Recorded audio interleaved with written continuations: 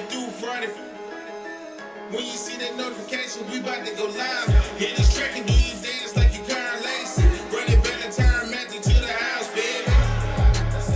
It's Tingle and Cole. Come keep with the show. It's a new era. Let's get it, let's go. It's Tingle and Cole.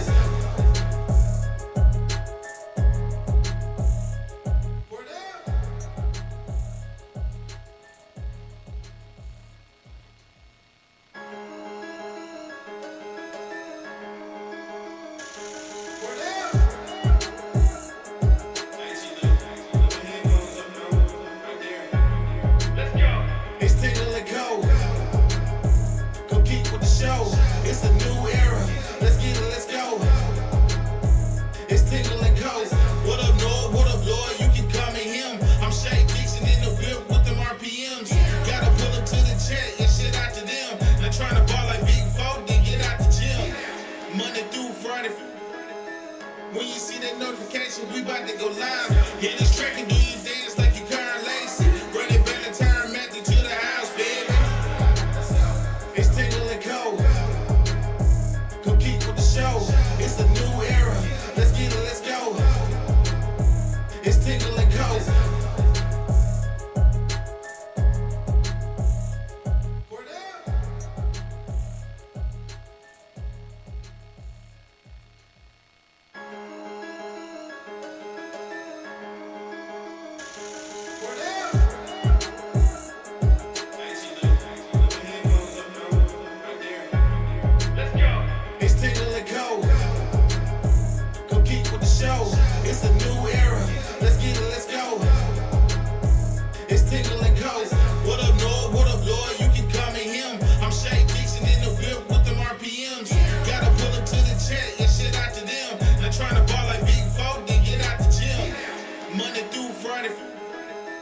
When you see that notification, we about to go live. Hit this track and do you dance like you Karen Lacey.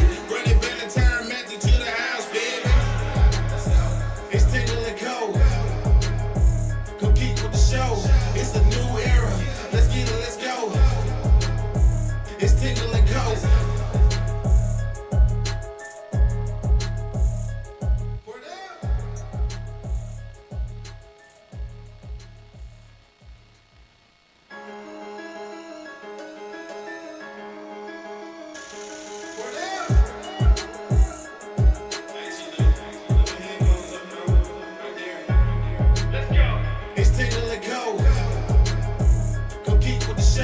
It's a new era.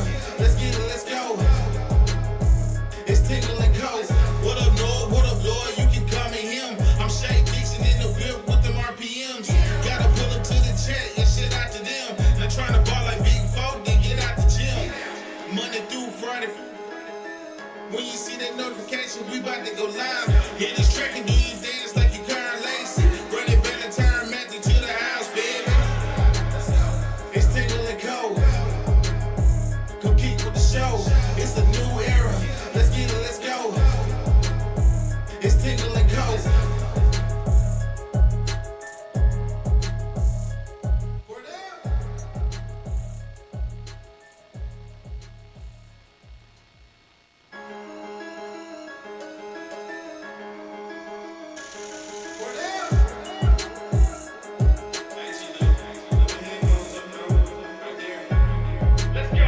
It's Tingle and Cole.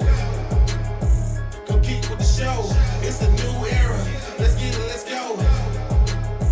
It's Tingle and Cole. What up, Lloyd? What up, Lloyd? You can call me him. I'm Shay Dixon in the whip with them RPMs.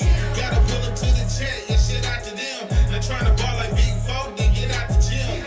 Monday through Friday. When you see that notification, we about to go live. Hit this track and do you dance like you Karen Lacey. Run it back and turn Matthew to the house, baby. It's Tingle and Cole. Come keep with the show. It's a new era. Let's get it, let's go. It's Tingle and Cole.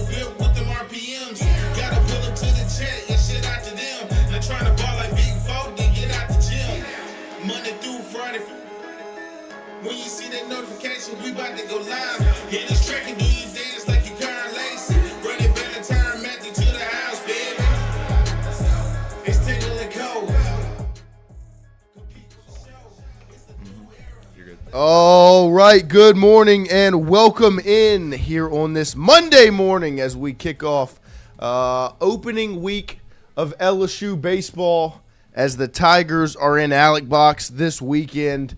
It's officially baseball season because football is over. CTB/0509, I miss football. Football season has officially ended, and it has turned to LSU baseball season as its opening weekend this weekend. There were some more scrimmages over the weekend. We'll get John Eads in here at about 9 a.m. this morning to recap all of those. We'll have Rohan Davey close it out at 9:30 this morning, obviously a former Patriot, where he won a Super Bowl as the Patriots lose last night. He'll join us there, and he'll talk about some LSU football as well. But good morning to all of you. Thank you for starting your morning with us. Don't forget, every single day we are brought to you by our friends over at FanDuel. We have partnered up with FanDuel for the entire year of 2026, and we appreciate them taking care of us and being a supporter of Tingle & Co., making sure we can bring you our show every single day. Wyatt, Christian, Poggi, we're waiting on Lloyd. Lloyd will be here a little bit behind the clock, but we still got this thing up and running. Wyatt, thank you for hopping on the ones and twos back there and getting this thing rolling. Of course. How are you, sir? Rough weekend?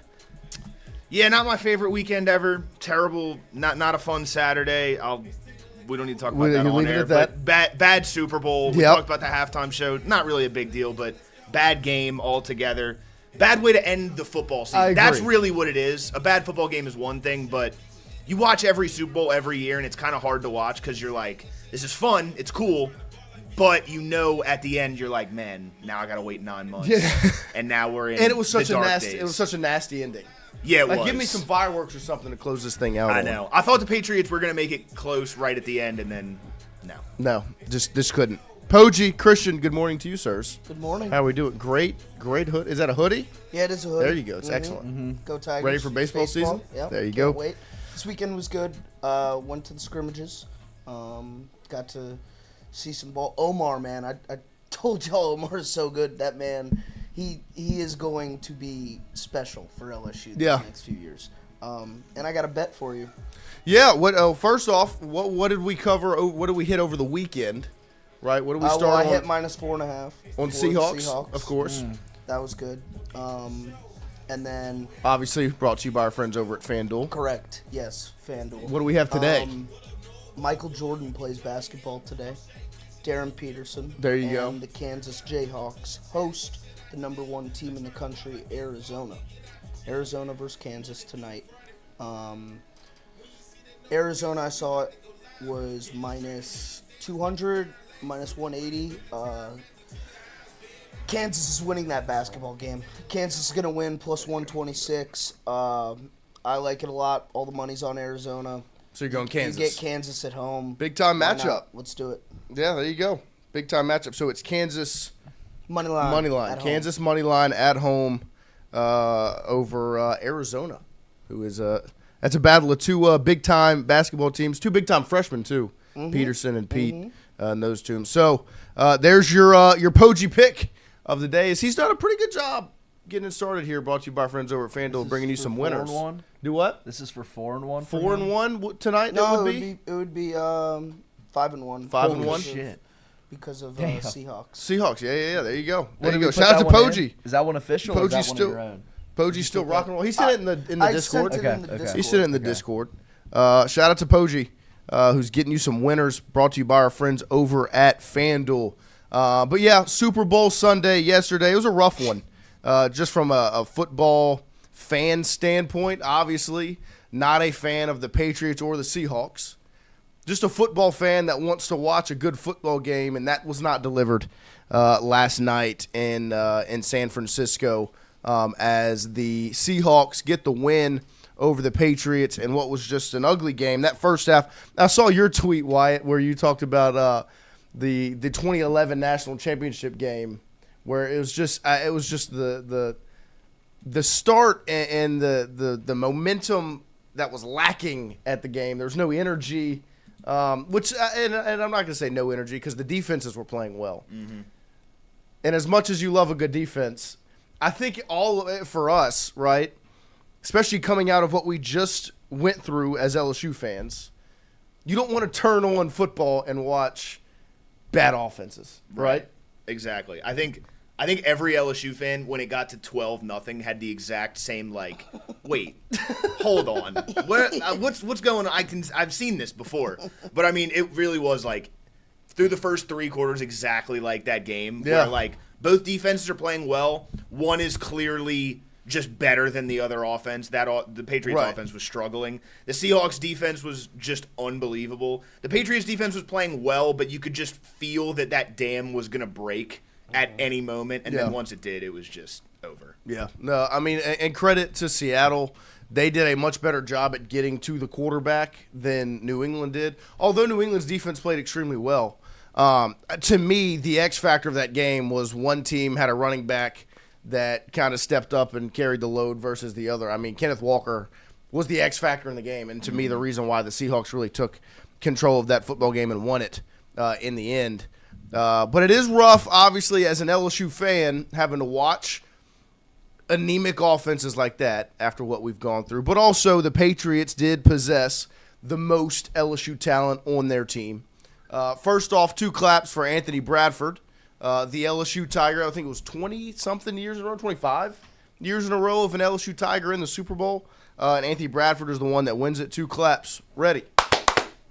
We also had Will Campbell, Caleb Chason, Kayshawn Booty, Braden Swinton, and Jaquelin Roy are all Patriots. Obviously, Campbell, Booty, Chason, some of their bigger playmakers. Chason played well. Booty wasn't really a factor all that much. And poor Will, man. Yeah. I love Will Campbell, and will continue to fight the fight for him on social media, but God, it was a rough night for our boy. Yeah, it was rough. It was a rookie night. It was. Especially against that tough Seahawks defense. I mean, that can't go Of course. understated. No, I mean, he's going up against DeMarcus Lawrence and all the filthy. They're legit, and it just, I think the part that makes it suck is all that was said after last year going into the draft of the short arms and doesn't matter, and he's a guard, not a tackle, and then he plays well to start the year, kind of silences all that, and then as the season closes out, obviously through the playoffs, and then last night, it all came right back up. The conversations around if he's going to be a tackle next year are all over social media. So it was tough to see for our boy Will. But I know he'll shake back. Big country is gonna find his way to battle back and be all right. But it was tough to see an LSU Tiger on the big screen like that. So I did feel bad for old Will. But we'll talk about the Super Bowl at 9:30 a.m. with Rohan Davey, a former Super Bowl champion with the Patriots, who lose last night. He'll get in here. I'm sure he'll be a little emotional after the loss. He is a Patriots fan because he rocked those uniforms. So he'll get in here after we talk baseball with John Eads at 9 a.m. because it is officially baseball season with first pitch this Friday as LSU takes on Milwaukee in their opening weekend series. Before we get into baseball, some basketball over the weekend. Women's basketball gets a good bounce-back victory over Auburn as they just dominated from start to finish. Auburn, not a very good team, and LSU women's basketball just showed their dominance in that game. I think they were winning I think Auburn had 13 at the half. I mean, they ended up scoring 31 in the second half with some turnovers from the Tigers, but they win 77-44. LSU does a 33-point victory over Auburn on the road as they will travel back home and get ready for a bye week. A bye week because there's no midweek game this week. They're going from Sunday to Saturday. No midweek game. They will rest and get prepared for South Carolina Saturday night, which is going to be the game of all games. It's going to be a big one in the PMAC, as both South Carolina and LSU have a bye week. So they'll both be very well rested, healthy, and ready to rock and roll for game day, also coming to town on Saturday for that big-time marquee matchup, LSU versus South Carolina. Cannot wait to get to that because they need a big bounce-back win. They got a bounce-back performance against Auburn to win that game, but you got to go out there and you got to play with the best if you want to be the best. And that is who South Carolina is. They are the cream of the crop in the SEC. And Coach Mulkey talked about it after the game yesterday. She says, they have a bye week and we have a bye week, so everybody will be rested. It'll be a great atmosphere in Baton Rouge and hopefully a good basketball game. South Carolina is South Carolina. Great players, great program, great coach. They're the team to beat in the league right now. Let's just see how we can compete like we did against Texas. Go compete against teams you're not supposed to beat. We did for 3 quarters at Texas, and when we played them at home, we beat them. So go compete with South Carolina this week, and we'll obviously cover that throughout the week. Setting up Saturday as the Gamecocks come to the PMAC to face off with LSU. Men's basketball, however, did not get a victory over the weekend. They lose to Georgia. Poggi, Christian, y'all were there. Yeah, we were in the building. Atmosphere, the feel, all of it. What was it? What was it like? Actually, a surprising crowd, to say the Okay. least. I mean, I think this team's pretty much dead in the water, and we're before that game. And I think Saturday made it worse. Who'd they play? Georgia? Played Georgia. Who's Canton Catchings? Is that what his name? Yep. Mm-hmm. Canton Catching on Georgia is a player. I don't know if y'all saw the highlights. Had a few putback dunks, a couple threes, went 4 for 5 from 5 for 6 from 3. Good player, 6 for 7. But There you go. Georgia, LSU jumped out to what? An early lead? Yeah, they were up Lost it. 31-16. Yeah, I mean, it just didn't feel like LSU ever had it, though. Yeah. I mean, you could tell. So Georgia was even getting with ready. the early lead, jumping ahead by 15 points. Well, you know how they get. Like, they'll go up. They'll miss a shot, and it's like, holy shit, this is what they're gonna do for the next 10 minutes, and they do. Like once you see them miss that first open 3, they're gonna miss the next 20 shots they take, and they did. They shot what 23% from They 3? did make a 3 after. So when they went, I read they went up 31-16. They did make a 3 after Yeah, that. I literally leaned in and go, yes, the classic. Let's score a bunch of points and then never score again. And the one thing that always gets me, though, with LSU basketball, especially this team, is the guard play. I know Max McKinnon's actually a good player, and he played well Saturday, but between Jalen Reese and Rashad King, those dudes are so confusing because they've got such a good handle, and they probe so well, but they are not good. Well, Like getting buckets, like I know Jalen Reese is a freshman, Rashad King. I really don't know what he is, Out of but he's position. an Right. oversized guard, and he's not good. Both of them are not good. They can't score at all, and they can't even pass well. They can't create space to pass well. Well, So- and that is because look, we had Jalen Courtney Williams in to close out the week last week on Friday. Popped in. Shout out to our guys Charles Harvey, Jason Ramazan here, the team over at Southern Regional Medical Center. They got Courtney Williams in here, Jalen Courtney Williams, to talk to us about men's basketball, and he did a great job setting up and discussing that team. And like Christian said, I mean, it was tough to see the situation that was on Saturday as they lose that game. They were up in control at the beginning. But you heard Jalen Courtney Williams talk about this team and how they're having to really build it on the fly because you lose the most key piece of your team, and you may continue to lose it, right? You may not get DJ Thomas back this year, and you're seeing how rough it is without him. You bring up Reese and King. Reese is a freshman that shouldn't be playing as much as he is.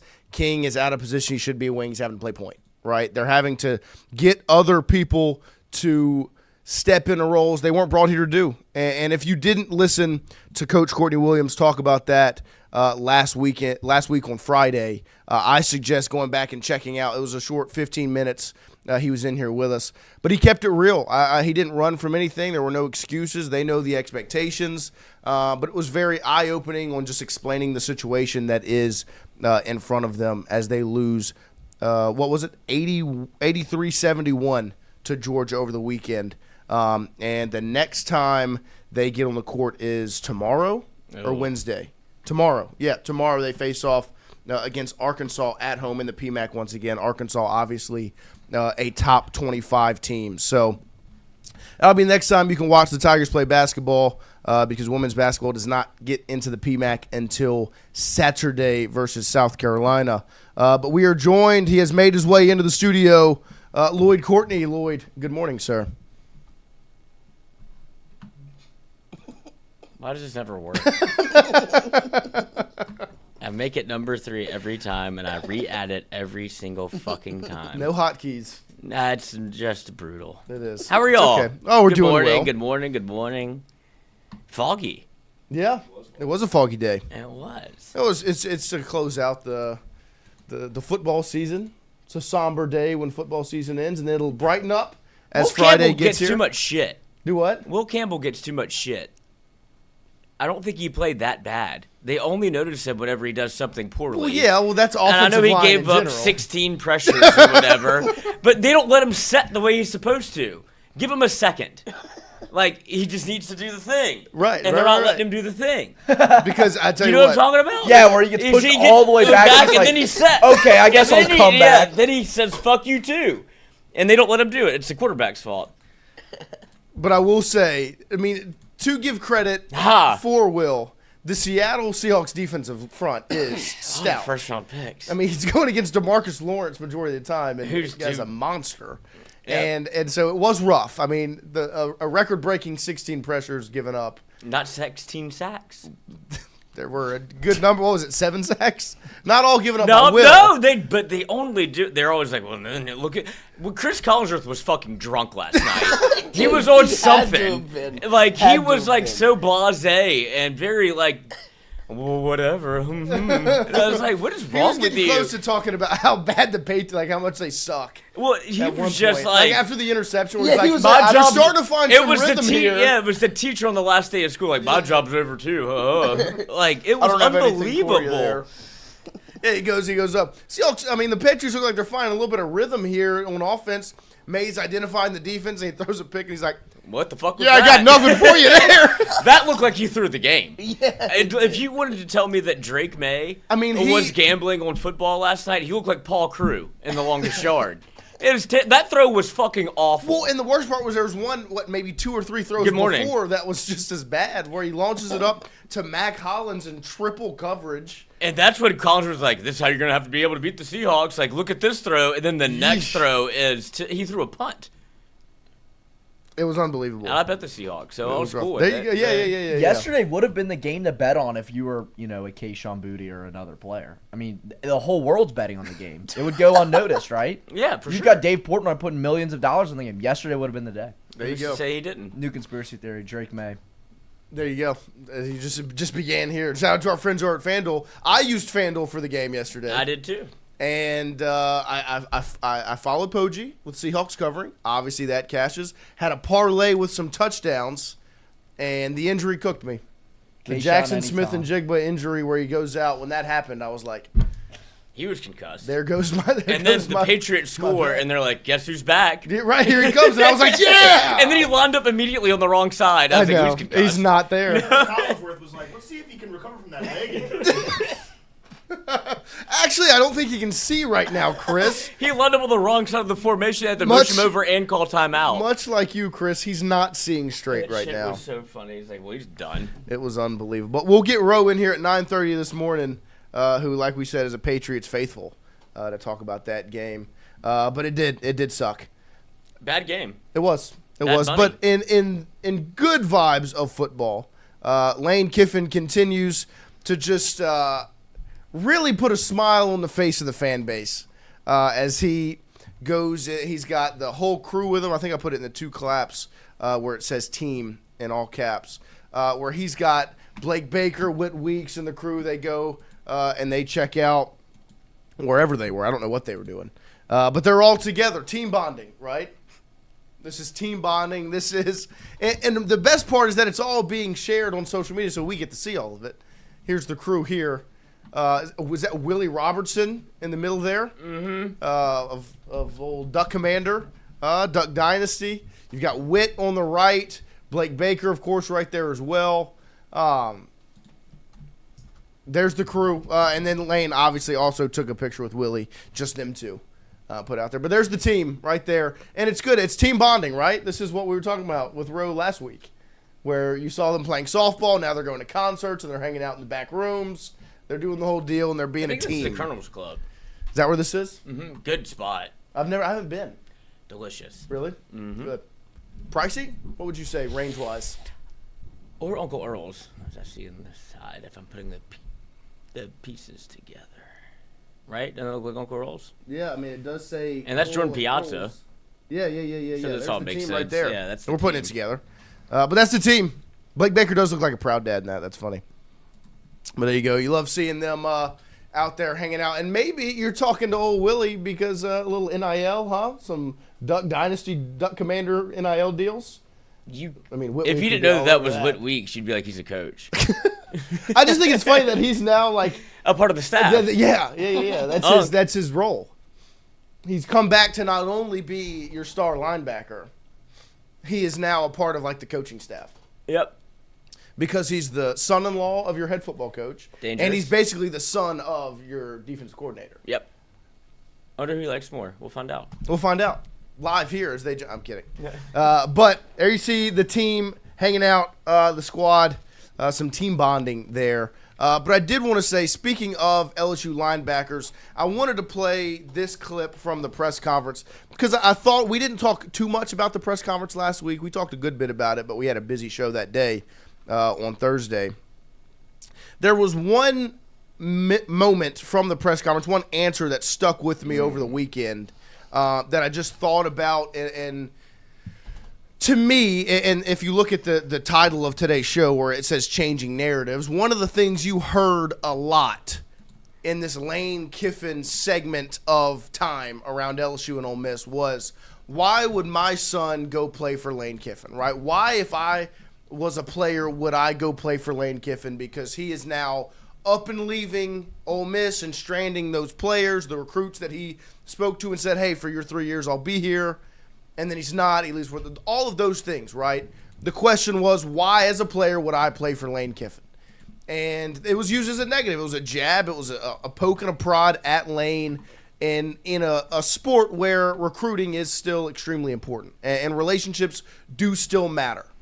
And when you sit and look at it, it shines the LSU head coach and ultimately the program in a negative light where it's like, well, that's a coach nobody respects. Nobody's going to play for him. It's only for the money if they go there. And I thought that this answer was a really, really good job by Lane Kiffin of breaking that narrative, of shutting down that conversation around why would my son play for Lane Kiffin? He is immature, he's a traitor, all those things. Why would I respect Lane Kiffin enough to let my child play for him? That stupid, stupid narrative that was written when Lane Kiffin took a better job, which majority of players also do, it was unbelievable. And I thought this answer, when he was asked by Jacob Verdon, shout out to Jacob Verdon, this is from his Twitter as well, the Verdon Verdict, who asks about TJ Daugherty, one of the players who transferred from Ole Miss to LSU following Lane Kiffin. I thought that this answer did a very, very good job of breaking that narrative, changing that narrative. And the best part about it was it wasn't a rehearsed, it wasn't a scripted, it wasn't this made up. This was real, it was genuine, and I thought it was a very, very good answer and did a good job of breaking that narrative. Here is Lane Kiffin talking about star linebacker TJ Daugherty, who transferred over from Ole Miss to join Lane at LSU. Can you tell me a little bit about TJ Daugherty, the player you're getting with him, and the connection you guys had at Ole Miss? Yeah, I think TJ was really critical to me because, you know, when you come in, you want to bring coaches. You want to bring your strength coach, all right? Nick Savage came with us, does an amazing job with our kids. But in your locker room, too, if you can bring a player that understands your culture and is an alpha and a leader that you can bring with you for the locker room, much like in the NFL, you know, and he gets the Giants head job and they come from the Patriots and they got a middle linebacker that they coached for a while that understands what they do. They want to bring him with them and sign them so that they're in their locker room. So with TJ, that was really important to not just get somebody that's been such a good player that have been with for 3 years, have gone through things with, his personal stuff, mine, and just kind of growing together. And then you're able to bring them here, was really great. And I just love his story. You know, when things happen to them, especially in his, all the guy does is just continue to work, continue to develop as a player. He has a personal situation that's been brought up, especially in this chain, you know, him transferring gets re-brought up, and something that he was a victim of. And something that people don't talk about this part, that the person that did this to him is now in jail and is unable to do that to other people after doing it to a number of people. So I love that part of his story, that he just persevered through that. People try to continue to distract him and bring those things up. And he knew that. He knew in the transfer, I can stay and do the comfortable, easy thing and stay here. Nobody's going to re-bring up that story of what happened to me at Clemson. Or I can go do the challenging thing that'll make me uncomfortable, that he believed was the best for him, and he did it. I think that says a lot about him. In the sport of college football, there are a lot of things that are important, and it was always relationships. That was always the crux of this sport. If you have the best relationships, you will get the best players majority of the time. Nick Saban, very good relationships with coaches all over the country, right? He goes to Alabama, still has excellent relationships with people in the state of Louisiana, which is why he recruited it so well. He kept his players at Alabama because of relationships with the athletes. It's a relationship sport. Even though now the money is up front, it's all much more exposed, and it's there for you to see.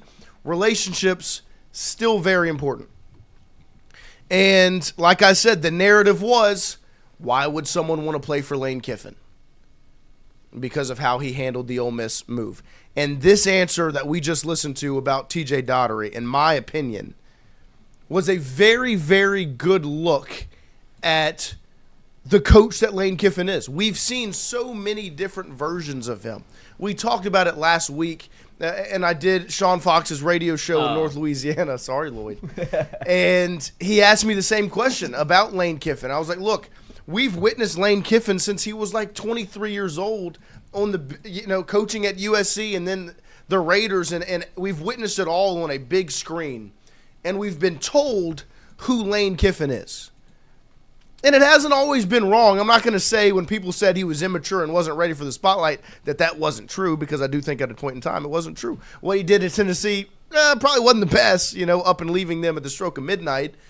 All of those things were true. But he named his son Knox.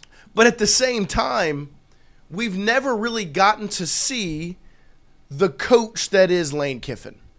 From the perspective you're seeing it now, that he's yours. He talked about that as well in the presser, where everything he does it for the school that he is at. And you're starting to witness that as an LSU fan with Lane Kiffin as your head coach of, okay, he is an extremely hard worker.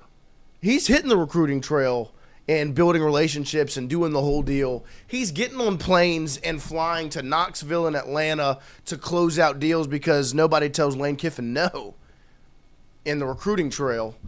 And then now in life, really. You're seeing the relationship aspect where it's like, okay, well, we've seen Kejuan Lacey on Pat McAfee with him, and it looks like there's a good relationship between him and the player, right? But then hearing him sit there and go to bat for TJ Daugherty in the fashion that he did.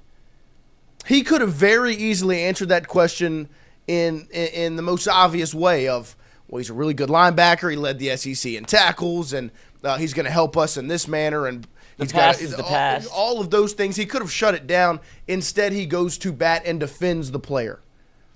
Says that, no. What TJ Daugherty showed me by doing the uncomfortable of getting in the portal and coming here to be a part of this, even though he knew what all was going to happen, what was going to come out, what was going to be said. The fact that he went up, addressed, and acknowledged it in the press conference and went to bat defending the player, that is why you go play for Lane Kiffin. That's a defensive player. Lane Kiffin's an offensive guy, right? If you're an offensive player, why wouldn't you want to play for Lane? Of course. I mean, you're going to get to win Heismans and do whatever. Oh, it just shows how good a bat for you. It's the person, right, not the coach. Yes, and that was a very, very good example of Lane Kiffin shutting down the narratives around, why would you want to play for Lane as a player? You just saw it. He obviously has a very good relationship with TJ Daugherty, and if it wasn't that strong, it's much stronger now. I mean, do you think that doesn't resonate with the player? To sit in the locker room or sit on social media and see that clip of your coach at the microphone defending you and going to bat for you, don't think that resonates with the athlete? That's a connection that is bigger than just the game. Because the answer could have been solely football related. He's extremely gifted in this realm. He can do this. He can tackle. He can do all these. He could have talked about just football. But instead, you saw the relationship they have off the field. And it got stronger in that moment. And I thought it was a really, really good answer. That was the one that really stuck with me because I remember sitting in there listening to it, and I was kind of surprised by it. Because I wasn't expecting that type of answer. I thought it was just going to be a cookie-cutter football answer. He's really talented in this, all of those things. He's a really good linebacker. It could have just been that, but it wasn't. And I thought it was a real good pushback at the narrative around Lane Kiffin as a head football coach. And it's in addition to so many other ones. Lane Kiffin really doesn't work that hard. It's all Pete Golding, right? But all we've seen since Lane Kiffin's been here is crushing the transfer portal, right? Getting on a plane to Knoxville, Atlanta, to get the best players possible, and then wraps that up and starts running the streets of Louisiana to build relationships with coaches. I read Shea Dixon wrote it on 3. Shout out to the Bengal Tiger on 3. Shea Dixon wrote, when LSU head coach Lane Kiffin and his staff went on the road to recruit high school prospects the past 2 weeks, Kiffin stopped at schools all over the Bayou State. Quietly, it might have been one of the more encouraging developments to take away from the new look staff's time diving deeper into the 2027 class by visiting top prospects around the country. I've spoken with a handful of high school head coaches who were able to meet with Kiffin and am set up to speak with others. From there, I'll be able to accurately tell the story of what Louisiana high school coaches thought of meeting Kiffin, some for the first time and others for the first time as LSU's head coach. The theme so far, and this is the key, Kiffin's commitment to recruit Louisiana's best players, regardless of their rankings or where they attend high school, shined through, as did his ability to succinctly deliver his vision of how to build LSU into a championship program once again. Boom. Right? Lane Kiffin coming to LSU didn't maybe hold on to all the key heavy hitters in Louisiana recruiting, right? That was the big conversation around Austin Thomas, Frank Wilson, Louisiana relationships. Well, the reason he didn't have to and he wasn't that stressed out about doing it was because he's doing it himself. He's getting on the road. He's doing it himself. You heard it from Shea Dixon right there. Shout out to Shea. If you want more stuff like that, head over to On 3. But that's another great narrative-changing outcome. His desire and his focus to recruit Louisiana athletes shined through to go get Louisiana's best players. The narrative that was written by LSU's side of it. And even Nick Saban getting up on the microphone. Why do you go to LSU? Because per capita, most talented players. At Louisiana, 3-star, 5-star, and a lot of other states, right? We've said that for so long. And it was kind of like, well, was Lane actually that focused on it? Not retaining Frank Wilson? Right? Of course, you know how we feel about Frank Wilson here and how important he can be in Louisiana recruiting, how important he is. But Lane Kiffin made the decision, and like we said, when Lane makes that decision, you trust him, and this is why he's delivering. He's delivering on the trust Kiffin aspect. Why do you pay Lane Kiffin $13 million a year? He's delivering. Changing the narratives that were written about him prior to his start at LSU, and it's huge. It's been fun to sit back and witness and watch as someone that covers the program, but also just a fan of it. And a fan of high school, Louisiana high school football and football in this state in totality. And so it's huge. Absolutely huge. And it's hard to not, like we said, the stock is as high as it's ever going to be, but he continues to raise it every single day. You sit back and you think about the effort Lane's putting in, the energy around him at LSU. And when you listen to that press conference on last Wednesday, you kind of figure out and see why. Well, I think people have a certain connotation around Lane that he's very self-centered and thinks and egocentric. And then you see him talk about TJ Daugherty the way that he does and, like, puts himself on the pulpit for him. Right. Where he doesn't have to do that. And it's something that, from an outsider perspective of just knowing the narrative around Lane, right? Like, that's what everybody has an opinion on him because he puts himself out there on the internet. Yeah. But you rarely see the person. Like, it's more of just, like, Lane Kiffin's going to tweet this, and he should probably stop tweeting. Like, his header, even on Twitter, is, like, he knows who he is. Lane Kiffin tweets too much. Right, and he's probably going to tweet this, too.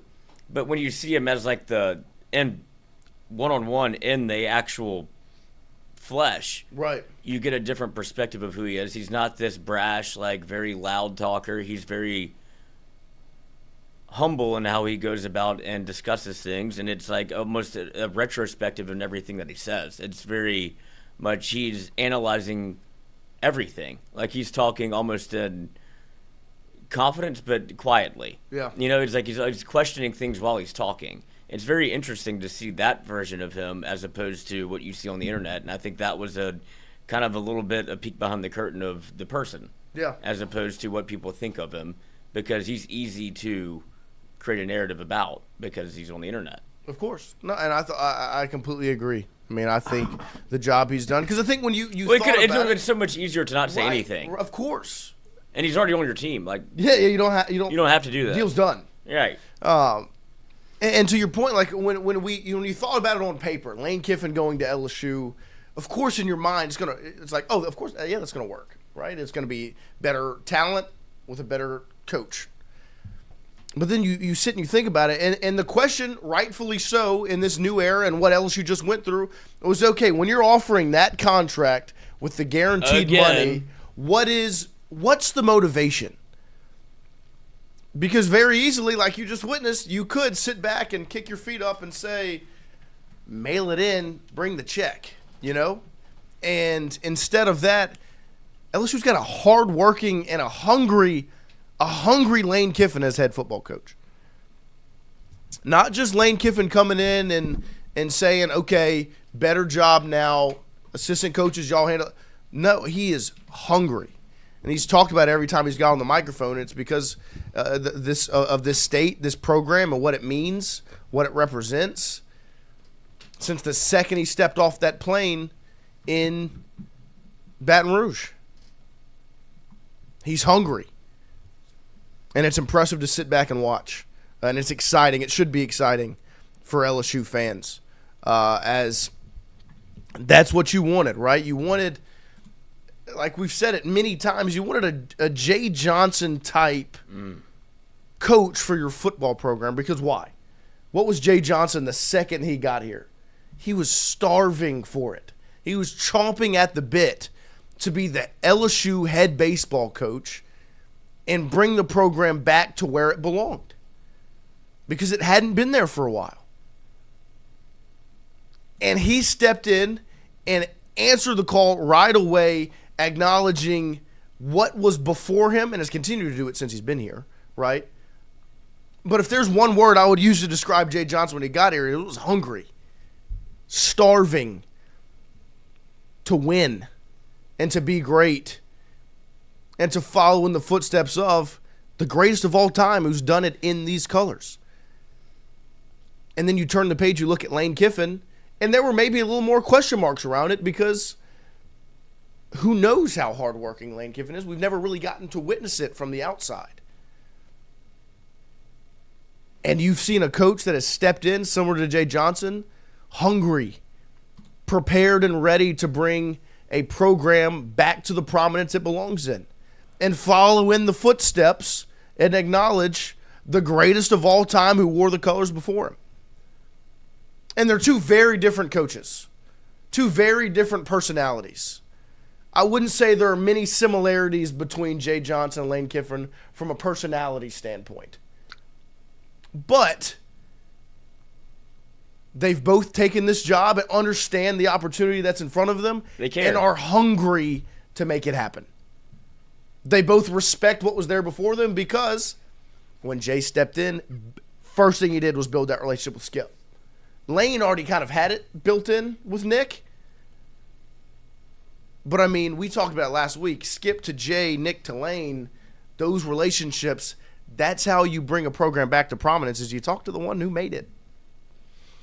Skip made it for LSU baseball. Nick did it for LSU football. And they both got their little prodigies in the driver's seat of the program now. It's impressive. It's fun to watch. Well, at LSU is a bit of like a religion. You want your priest to fucking believe what he's talking about. Like, if he's going to get up there and talk, you want him to be like, yeah, I believe in the message. Like, I believe in what I'm talking about. Like, right. Sure, there's something on the other side. I believe it. But you have your Monsignors in front of you, your popes, and Nick Saban and Skip Bertman. Like, of course I'm going to kiss the ring. Right. Better. If I don't. Everybody else here does. Right. And that's all you need for them to do is care. And that's what you've seen from Lane. He's been able to, in a short stint, make you believe that he believes. Right. And Jay Johnson did that from day one. And the I mean, he could build rubber. Right. And that's what what the part with Jay now is he's not only done it, and that he's delivered on it. Right. He's delivered. And that's the next step for Lane is when you get on the field, you got to deliver, right? You got to put these things together. You got to make it happen, right? Jay, in 2 years, delivered. And then 2 years later, delivered again, right? And now the expectation is every year, 2-day delivery. That's what LSU baseball is supposed to be, right? That's who LSU baseball is. 2 and 4, well, really 2 and 3 years, but he's been here 4. But in the 3-year span, 2 national championships, and now you expect that every year. That's who LSU baseball is supposed to be. And it's not realistic, right? I mean, going back-to-back is the hardest thing in sports to do. But it's not like it's this... Skip only did it once. Right. It's not like it's this impossible thing that LSU baseball can't do because when you look at the talent they have. And now with LSU football, the next step is for Lane to deliver. And then after that, it's going to be expected to deliver again and again the way LSU football and LSU baseball should be. And I don't know how that doesn't get you fired up. Especially get you fired up for this weekend, right? What's happening this weekend, Lloyd? Valentine's Day. It actually is a packed weekend. I got a big date with my dad. Yeah? Where at? The box. Alec Box Stadium? Alec Box. It's a huge weekend for LSU athletics as women's basketball Saturday night. William Schmidt. What are we doing? It's in the 2 claps right there. Mm-hmm. You put it in there, huh? I was the first one in the document. I couldn't wait to talk about William Schmidt. Wild Hit me Bill. with it. Hit me with it, you two. 11. 11 what? Claps. Ready.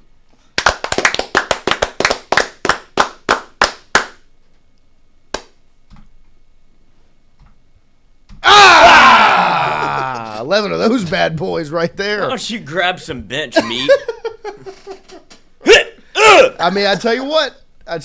Umpire got real comfortable calling that. He's like, that's just fucking gone. See, Yes, it's an old hat now. Yeah. I mean, If talk he's about that, getting y'all are getting done. fired up. You're fucked. It's over. No look, strike 3 call. Yeah. Yeah. You 7 know in a what it row. was. And John Eads put it out there, and we're gonna, like we said, we're gonna get him in John? here at 9 a.m. this morning, about 10 minutes.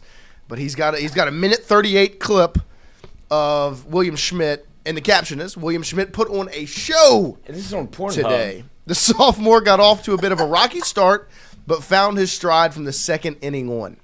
Schmidt striking out 9 consecutive batters at one point. 11 Ks on the day in 5 shutout, hitless innings of work.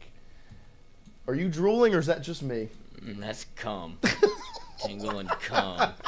He had a slow start too. I believe he walked Yeah, the bases loaded in the first inning, got out of it, and then went the next 4 innings damn near perfect. And then you look up, you go, it's the 7th? Yeah, exactly. I guess I can go home now. And this is who everyone thinks is going to be your Sunday guy. Right. But, I mean, I texted in the group chat the other night, like, he's going to push for the Friday night spot. I mean, look, when you think back to last year, right? Mm-hmm. Who was going to be the Friday guy? Preseason, what was the conversation around Friday night? Shores. It was Shores, right? Shores was everyone anticipated Shores to be the Friday night guy. And then it was like, well, actually, I think Cade Anderson might have. And I'm not saying this is the same situation whatsoever with Kaysen and because Kaysen's not coming off an injury the way Shores was, all of those things. But we've always had the Cade Anderson path as the map for what William Schmidt should look like, right? You think back to Cade's freshman year, you saw the flashes, but it wasn't all the way there yet. Yeah, it was Tuesday. Right? Spin an off season with Yeski, got to develop, and then he turned into what? The best pitcher in baseball. I mean, he goes complete CG in game 1 of the College World Series, just dominates. So it was like, okay, well, Schmidt, eerily similar. And you hear the voice of God back there, Bill Franquez. Eerily similar, right? William Schmidt, midweek guy, undefeated as the starter. You saw the flashes, but still a freshman. What's he going to do after an offseason with Yeski and the sophomore year in front of him? Well, I mean, if that performance is anything, in the pennies, in the 11 strikeouts in 5 innings. You know, that's only there's 5 times 3 is what, 15? 15. 11 of them were what? Mine. 11 of them need to go take a seat and not face me again. You don't want to play this game. You don't want to play this game. 9 consecutive. This is why. Look, I understand Jay has gone to bat for him a ton because he didn't expect to get him, right? Right. Him and Curiel. They're like, he was talking about when Curiel committed, he's like, well, he was staying with William Schmidt. He's like, well, it's draft day. What are you going to do? And he's like, oh, Will's still asleep. And he's like, what the fuck?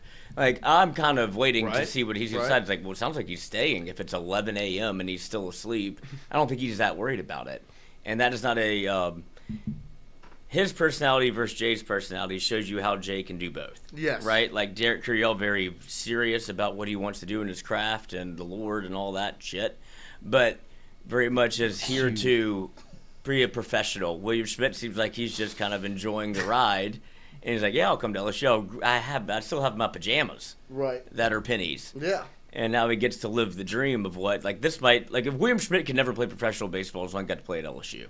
That's how I think of it. He's like us. He's much he's a fan. How we'd be. Right? Yeah. Like, oh, I get to go to LSU. This is the dream. Mm-hmm. What happens after, he doesn't care. It'd be pretty sick. Yeah. It'd be pretty cool. Oh, but still throw 100. This is the dream, right? And so, look, when you think about the arms, because to me, that's what I said when we talked about strengths 2 weeks ago. That was my strength of this team. I thought was going to be the pitching.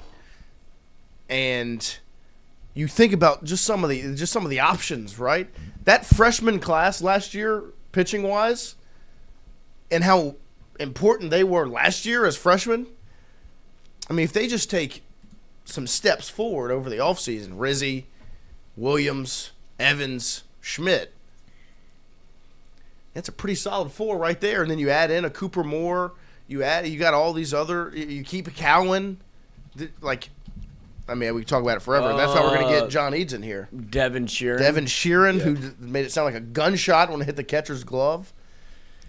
And that's why we're going to get John Eads in here at 9 a.m. this morning to talk about it, because he was there at every scrimmage. Who all made it out to what? You were there. I went to a few. A few of them. What was the energy like? Alec Box. It was not. It was good. Some good vibes. I mean, yeah. When Lloyd, Wyatt, and I went a couple weeks ago, and we saw, and Lloyd talked about, the guys with the ice chests and all that. And man was drinking beer in the front row. Yeah, like, come on. Like, this guy brought a 12-pack, and he was like, anybody want beer? Yeah. And I was like, there's no marriage better than the Louisiana person in LSU baseball, where it very much could be this, like, holier than thou culture where it's like, you don't do this. Right. Like, you're not, what do you bring for beer in here? And it's like, brother, you better bring a couple beers here. You got cold pop beer. Get you one. Like, it's the funniest thing ever, because there's a reverence to it, but it's also, we don't take ourselves too seriously. Yeah. Like, it could very much be like under Brian Kelly in LSU football, where it didn't feel like you never felt welcomed in, and Roe talks about it all the time, like they opened the gates back up to heaven. Whenever Lane got here, it's like, oh, I'm back in loud where I built the fucking thing. Right. Like, let me in. This has always been, this LSU baseball has this subtle, like, piety to it, but also, like, come as you are. It's like a muni golf course, but they keep really good care of it. Real good. You can still play for $15, but also if you're a member, there's a little something in the back room for you. And I just think it's so cool that you can do both. It's the best. It's the most Louisiana thing ever. Yeah, it's awesome. And I didn't go Sunday. I went Saturday, and Friday. But on Saturday, they it was packed.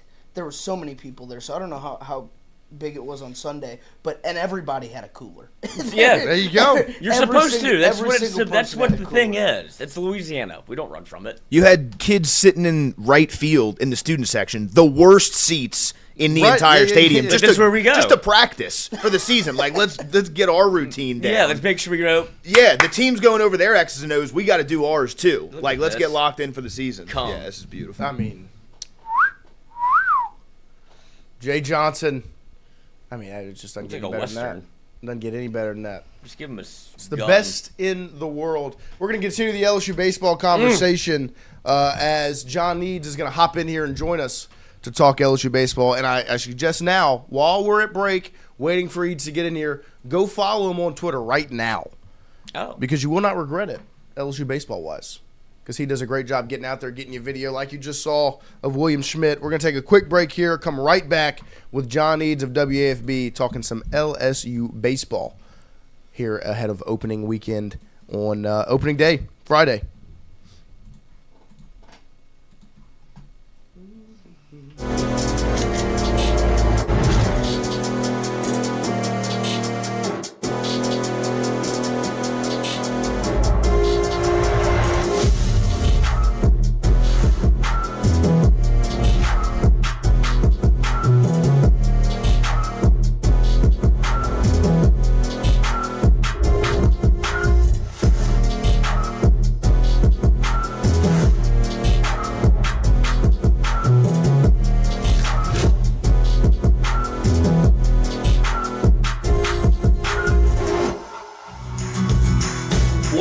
Created in honor of Alan Ward Branning III, fondly known by family and friends as Wardo.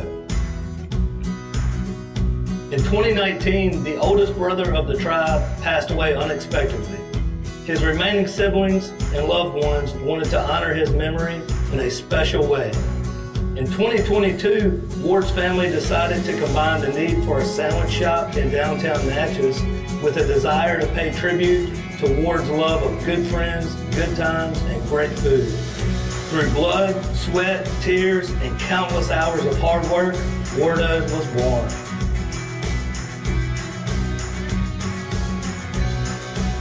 So go visit Wardo's today at 309 North Broadway Street in Natchez, where the po' boys are so good, you'll swear you're in Cajun country. Hey, Miss Lou, come visit us, Tom and Wright Branning at Go Martin on the Go Deli. Go Martin has clean restrooms, community coffee, an awesome beer cave, and a great selection of anything you may need. Located at the corner of Highland Boulevard and Highway 61 South in Natchez. Also stop by Wardo's Po' Boys at 309 North Broadway on the beautiful Natchez Bluff, where everyone is family.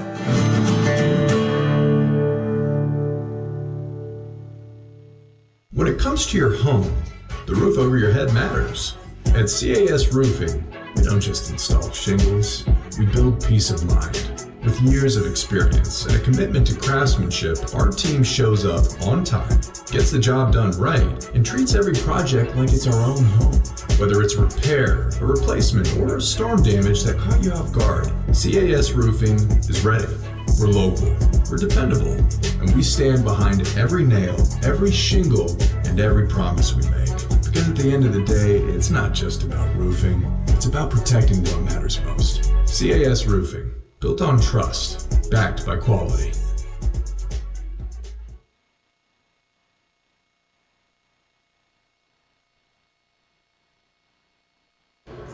Fancy slot? If you want a chance to win a dribble,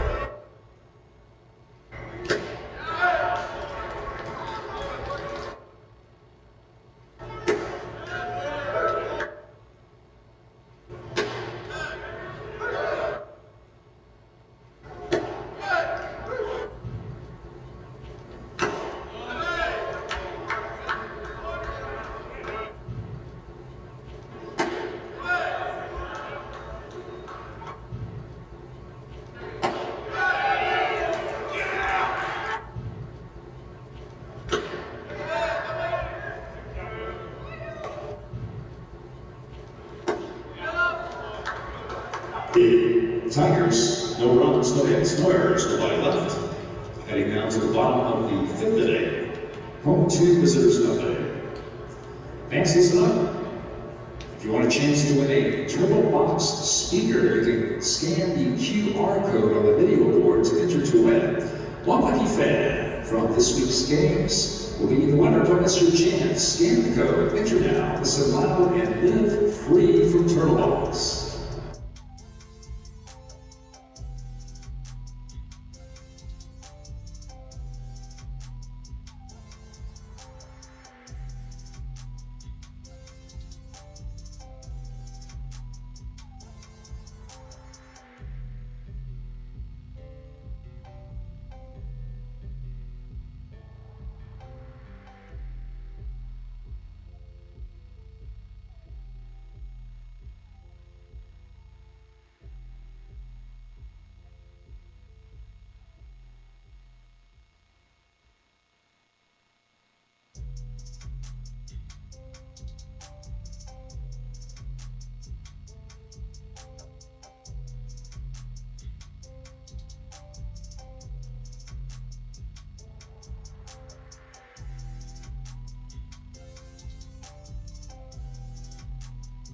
All right, welcome back. It's like the third Christmas of the year right now, as the first one's when football season starts. Then you have actual Christmas.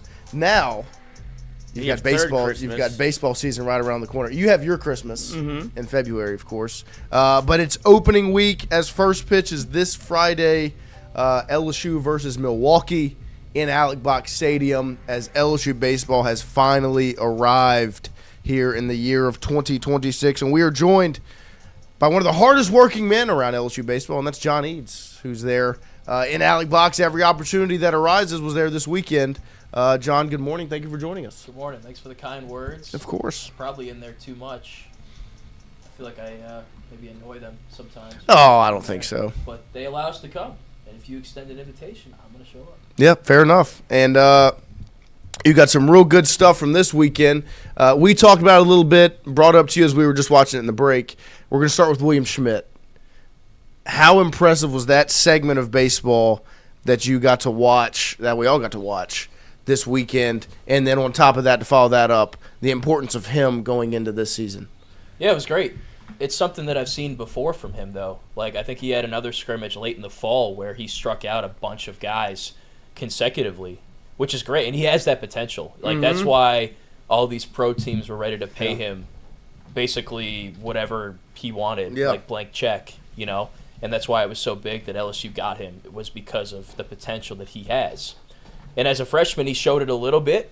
Maybe people were expecting him to be Paul Skeens right off the rip just because of all the hype that he got and stuff. But it just doesn't work that way most times, especially not in baseball, where you go from being the best player probably in the state, I think it's fair to say, in high school, and you can basically throw whatever you want at the plate, and you're probably going to strike out and dominate whoever you're throwing against. But it's different when you get to college baseball, especially when you get to the SEC, which is the pinnacle of college baseball. And Jay Johnson has really defended William Schmidt like it was his last dollar in his wallet. You know, like any chance he gets, he'll remind you that he was undefeated last year, was very good in the midweeks. You'd be hard-pressed to find a freshman that pitched better than he did in the country in terms of volume and opportunity and stuff.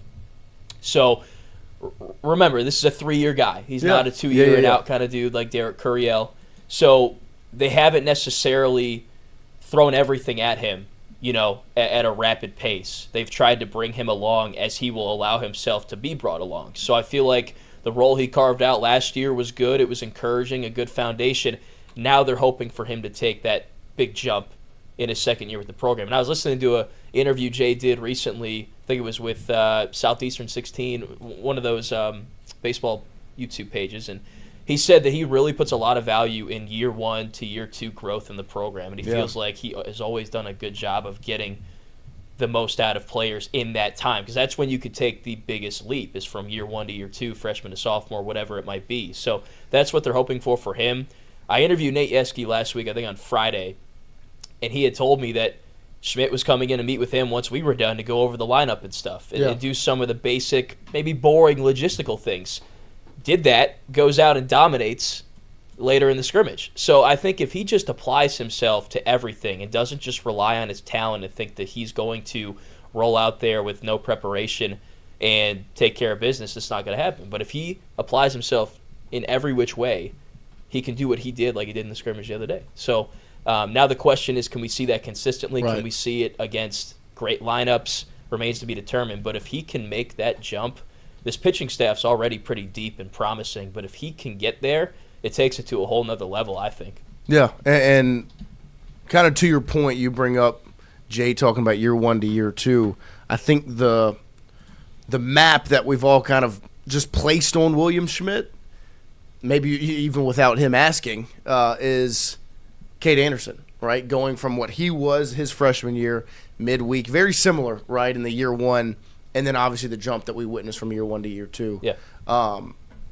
Do you feel like that's maybe not from Jay Johnson's perspective or maybe even yours, but just the fan base in general, they're kind of expecting that type of leap going into this season? I don't think so. I feel like whenever I bring up William Schmidt or share what he's up to and what he's doing, like people are just kind of happy with any kind of growth and stuff that they see. I don't think that they're expecting that from him. I think that they are expecting that from Case and Evans, which, fair or unfair, that's for... Unfair. Yeah. Because you just don't see that very often. Right. Like, the guy went from being someone who couldn't really get through an inning or two in the regionals against North Carolina to a guy that, through complete games, won in Omaha, right? Right. Became the best pitcher in the country. Exactly. First-round pick, the whole deal. Like, you just don't see that. Like, that's insane. So it's Joe Burrow 2018 to 2019. Exactly. Like, holy shit. Jaden Daniels. Mm-hmm. Right. 22 to 23. Garrett Nussmeyer. I'm kidding. Oh, God. Well, theoretically, yes, that would have been nice. No, he did what he had to. He put LSU in a better spot. There you go. In a way. It may be inadvertently. So, no, I don't think that people are expecting that from him. But he could do that. Yeah.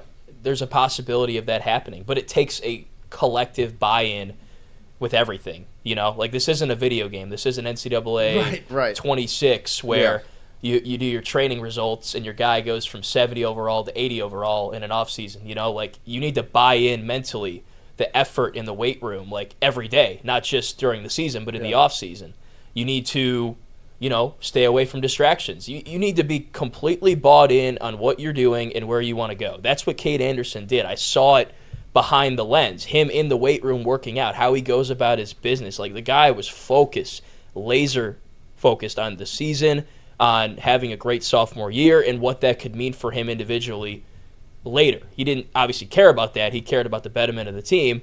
He needed to get better for the betterment of the team. So that's what Schmidt needs to do. And again, he's a 3-year guy, not a 2-year guy. So they're not accelerating him at a pace that he can't control. You know, you can't drive a smart car 150 miles an hour, So if you try to do that, you're going to end up on the news. Bad things are going to happen. So they're trying to bring him along as he can take it, and the hope is that he has a larger appetite for more this year, and he can handle that. Yeah. And speaking of, we talk about those 2 freshman seasons. There's a freshman I think a lot of people have been talking about, especially after this weekend. He's been talking about a good bit, and you put a nice video out of him. But Omar Cerna Jr. Yeah. And he would be Aaron Beatty's backup behind the dish. But really looked good this past weekend. And our guy, Poggi, could not stop talking about him after watching him one of these days this weekend. What are some of your takeaways from watching the freshman out in the Alec box? Poggi was there, too. I think he was working with the field crew. Yeah, he was. Didn't have a chance to say hi, but I saw him out there with the rake and stuff in between one of the innings. So I've been high on Omar Cerna really since he got to campus, because I talked to Josh Jordan last summer right after the national championship, and he was one of the guys that he brought up, like, yeah, this is a dude. Like, this is a big get for us, keeping him from going to the draft and stuff. Hard to get those players, but you get a couple every year.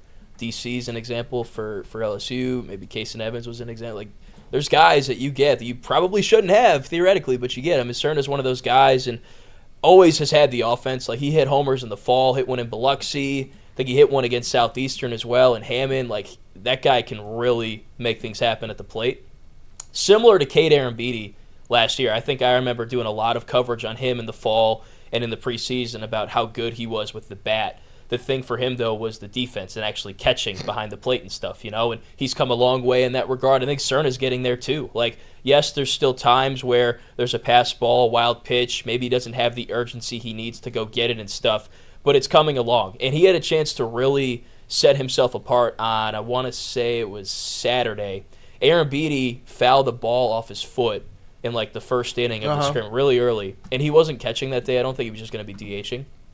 But Jay was like, nope, all right, we're done. You're out. Because you can't lose Cade Aaron. Right, of course. He's so important. Right. So from there, Cerna had a chance to really showcase what he could do and what he could be in a world in which Aaron Beatty is not available, which obviously we hope. He's fine, by the way. He's totally fine. He played the next day. But if that were to ever happen, Cerna really popped and was like, yeah, I can do this, looked great behind the plate, has a really good arm, threw guys out trying to steal, and then I already mentioned what he does with the bat. So I could see a scenario in which Aaron Beatty's a DH and he's a catcher in a lineup. He's going to play. He's really going to make it difficult for them to keep him off the field. But it's Aaron Beatty, it's Cerna, and those are your two catchers, and he's going to compete for playing time. It wouldn't surprise me if he does what Aaron Beatty did last year. Catch on Saturdays, the midweeks, and if for whatever reason Cade needs a rest or they want to put him at DH, he can slot in there. I think he'll do a good job. And then on the same kind of token, catching-wise, what are your expectations for Aaron Beatty? Because we've talked about it a lot. Lloyd very high on Cade Aaron Beatty. What are your expectations for him going into this season? Huge. And, it's interesting because the workload is going to increase. Like, I remember last year, Josh Jordan wrote on a whiteboard or something during the season how many more innings Luis had to catch and stuff. And you look at the number, and it's a big number. Right. That's a lot of work that you have to do. And Luis took a beating last year. Like, all those foul balls, all the wild pitches. That's a lot. Got hit by a lot of pitches. Yes. Somehow. Iron Man. Yes. Well, you don't expect that because when you say, like, you expect Omar Cerna to, like, compete for playing time, whenever you're a catcher, like, you want days off. Yeah, and you just got spoiled last year by Poppy because he was like, I'm just going to catch every day. And you're like, this is not normal, but he did it because he had to. Yeah. Like, Cade Aaron Beatty wasn't, when it got to Super Regional Omaha, it was like, we're not putting anybody else into the lineup. Yeah. And Aaron Beatty obviously has all the potential in the world, same thing with Cerna, but now you have to make that next step, and it becomes a situation in which, okay, it might take two to be what you had with one. Yep. Like, because whatever Luis Hernandez did at the plate was lanyap. Yep. It was. And he did a lot. Yeah, I know. But it always popped. It was like, oh, there he is in the lineup. Like, Arkansas. Like, a couple of swings were like, oh, hell yeah. Yep. But everything he did was more defensive than offensive. Yes, and that's what they needed last year was very solid defense behind the plate. And they're going to need it again this year. I mean, that's how Jay's teams win games. That's how you win in Omaha. You don't make mistakes. So that's the question. Can he be as not noticeable as Luis was behind the plate? Right. The upside's there, though. The arm, everything at the plate. So I think I've seen enough fall preseason to think and to know that the defense won't really be a concern for me. But can you do that for 56 games and then the postseason, I think he will have more of an impact with his bat, though, than Luis did. Like, he just has sky-high potential. Yeah. And they're propping him up as, like, the best player on the team. And keep in mind, this is a team with Derek Curiel right. and Kason Evans. Stacked. And they think he's the best player on the team, So that should say a lot. I expect big things from him. He's also taken a big jump personally and as a leader. And there's been times in these preseason scrimmages where he's taken a tough foul ball off a tough area of his body and he needs a second to reset. He doesn't come out of the game, though. Right. He's like, I'm good. Isaac Trujillo doesn't even come out of the dugout to go check on him because he's going to shake it off and stay in there. He got hit by a pitch the other day, I think in the hand or something. And then Jay was like, no, don't take first. I want you to continue this at-bat, get another rep. What does he do? Sends a laser to left field a few pitches later. Like, the guy's tough. That's who you want catching for you. Yeah, very Luis Hernandez coded. Exactly. You know what I mean? Like, just we got to a see warrior. It. Yeah, witnessing it, learning from it. Because, that's – you had just brought it up. I mean, both of y'all were – Luis Hernandez was just like Iron Man back there. And that's – guy had no emotion. It's crazy. Yeah. See? What? Puppy. That's all you got from him. That big ball. Fuego. Mm-hmm. Yeah. Fuego, Puppy, Fuego. But then, of course, as we talked about freshmen, who was outside of Cerna, Who are some of the other freshmen that have caught your eye? Mason Braun. Yeah. Okay, so I did a media roundtable with Koki Riley, Matthew Musso, and Hunt Palmer. And never get these calls. What'd he say? He said he never get these calls. I covered the program. We do our media roundtables in here. That's right. That's yeah, true. they don't get to come to this one. That's right. This one's fun. We'll get y'all in there. I know a guy. Mason Braun's name must have been brought up like 10 times. Yeah. I asked about pitching, and somehow Mason Braun's name still came up in the like Koki was answering a question about Kaysen, and he's like, I don't mean to shift gears mid-answer, but we got to talk about Mason Braun. And my plan was to ask about tantalizing freshmen at the end of the interview. Yeah. But they had found a way to bring up him and Cerna and some Marcos Paz in the middle and in the beginning. And I was like, well, I guess I messed up there. I should have put that in a little bit higher in the lineup, not hitting 9, but maybe 4 or something. But, Mason Braun, everybody's very high on him. He was a very highly rated first baseman. He's had to play right field because there isn't a spot for him to play first base, I guess, when he's been out there and playing and stuff. But, man, I mean, he's been typically playing with the backups, the younger guys, so facing, the starters and the starting pitching. And, man, he's just popped. The big thing is the bat. Like, that's why he's going to play this year. They need to get his bat in the lineup. He's a lefty. He hits for power. Hit a grand slam in Biloxi against Samford. He's put balls on the Marucci Center like 3 or 4 different times. Like, that's past the right field bleachers, by the way.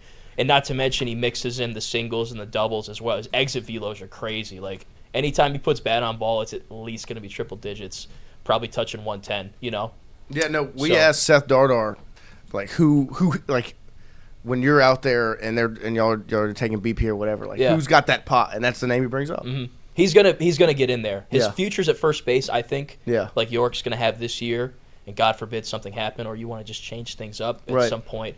He's gonna find a way in. The coaching staff, I guarantee, is going to pinch hit him. Like, he's just gonna be another option for them at some point. And he has the makings of a future star, I think, at first base. Yeah. So, any other freshmen? Well, that's why I brought the roster. I don't want to go. leave anybody out. So, kind of mentioned Marcos Paz. He's gotten opportunities to start and stuff. He could certainly carve out a role in the bullpen. Tanner Reeves singled him out as a guy that's impressed him so far. Let me just go up and down the list here. Jack Ruckert from Catholic High just plays with a high motor, high character, makes some spectacular plays. But also plays really solid defensively. He could play second, third, shortstop. I don't know how much he'll be involved this year just because they supplemented with the transfers and they have so many guys there already. But if he gets chances, like, he's given it all he's got. I think he's going to make something happen. So he's got a promising future, I think. Definitely want to mention him.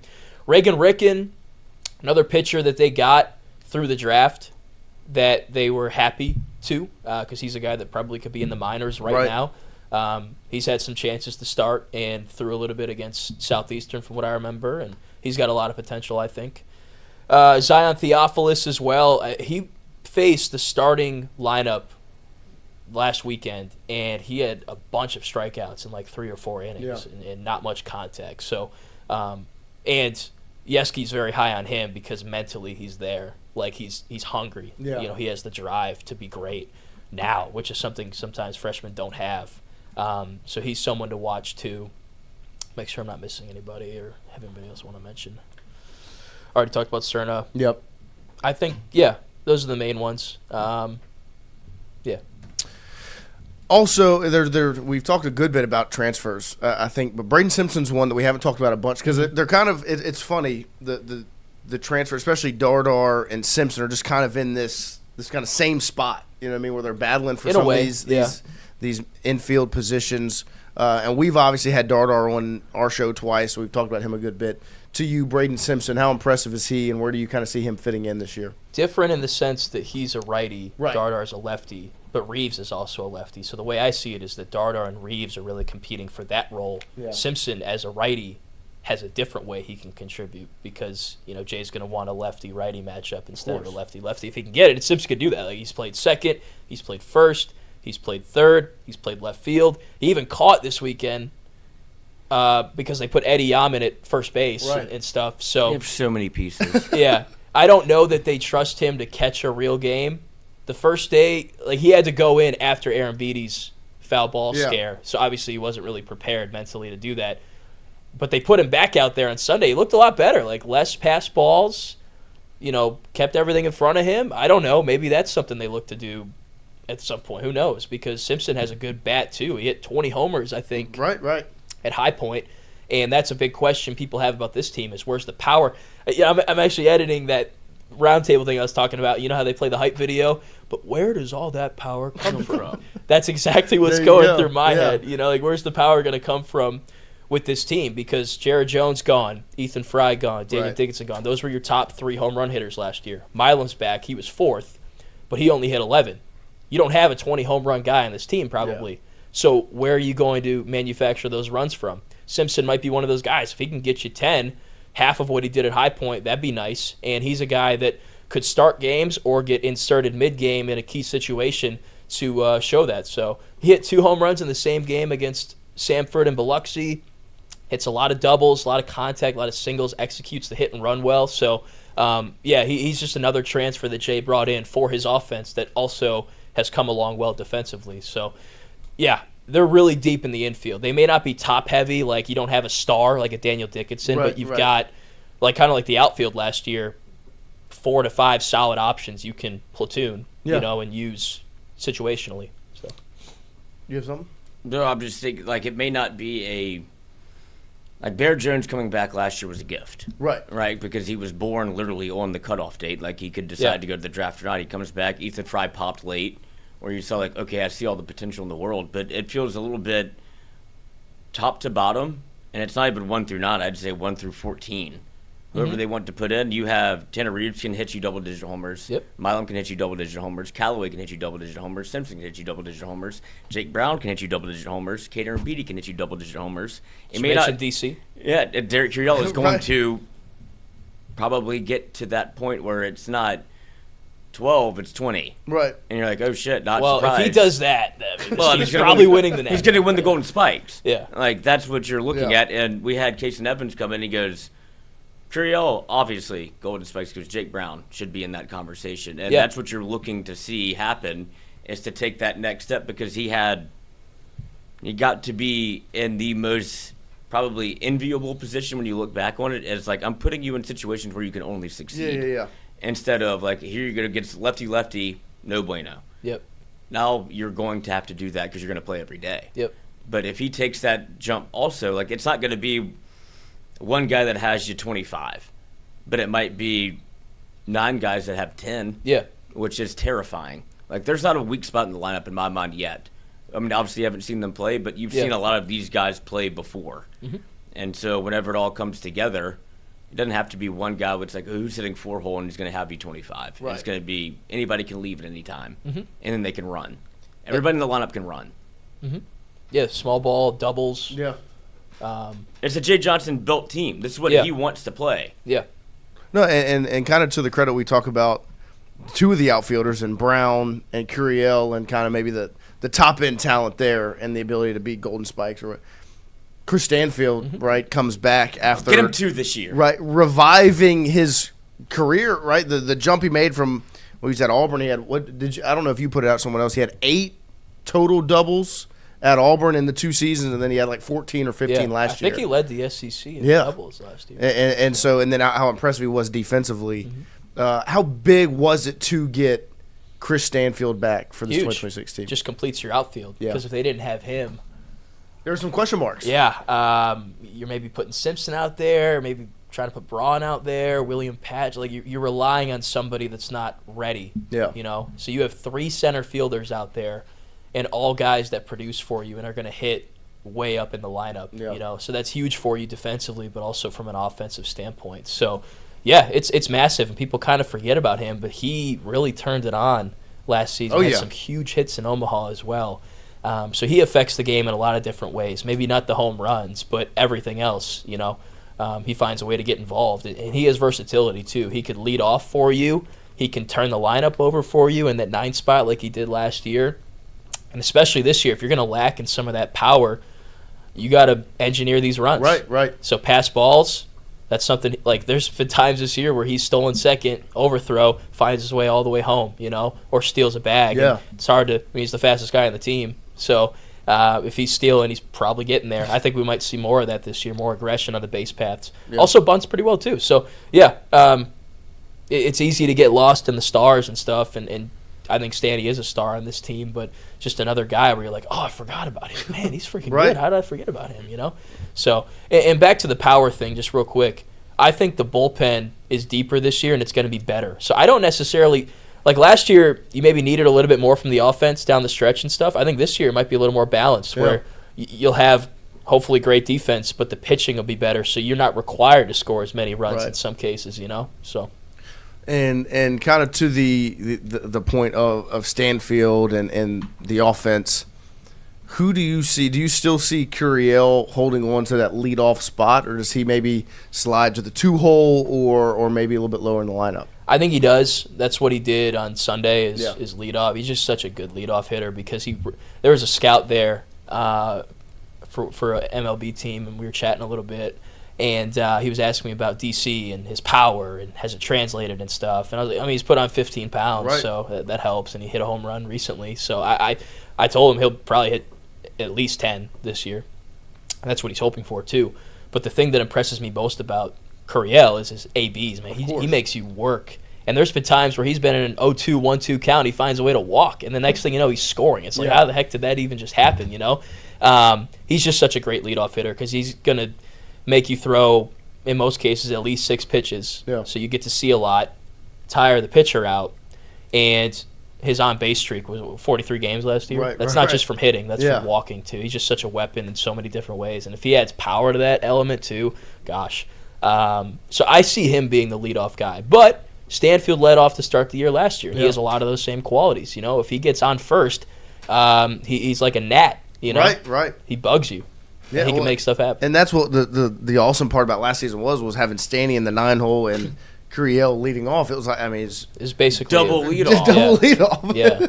But then like you had the power guy behind. Of course. So that's what they kind of need to find. Right.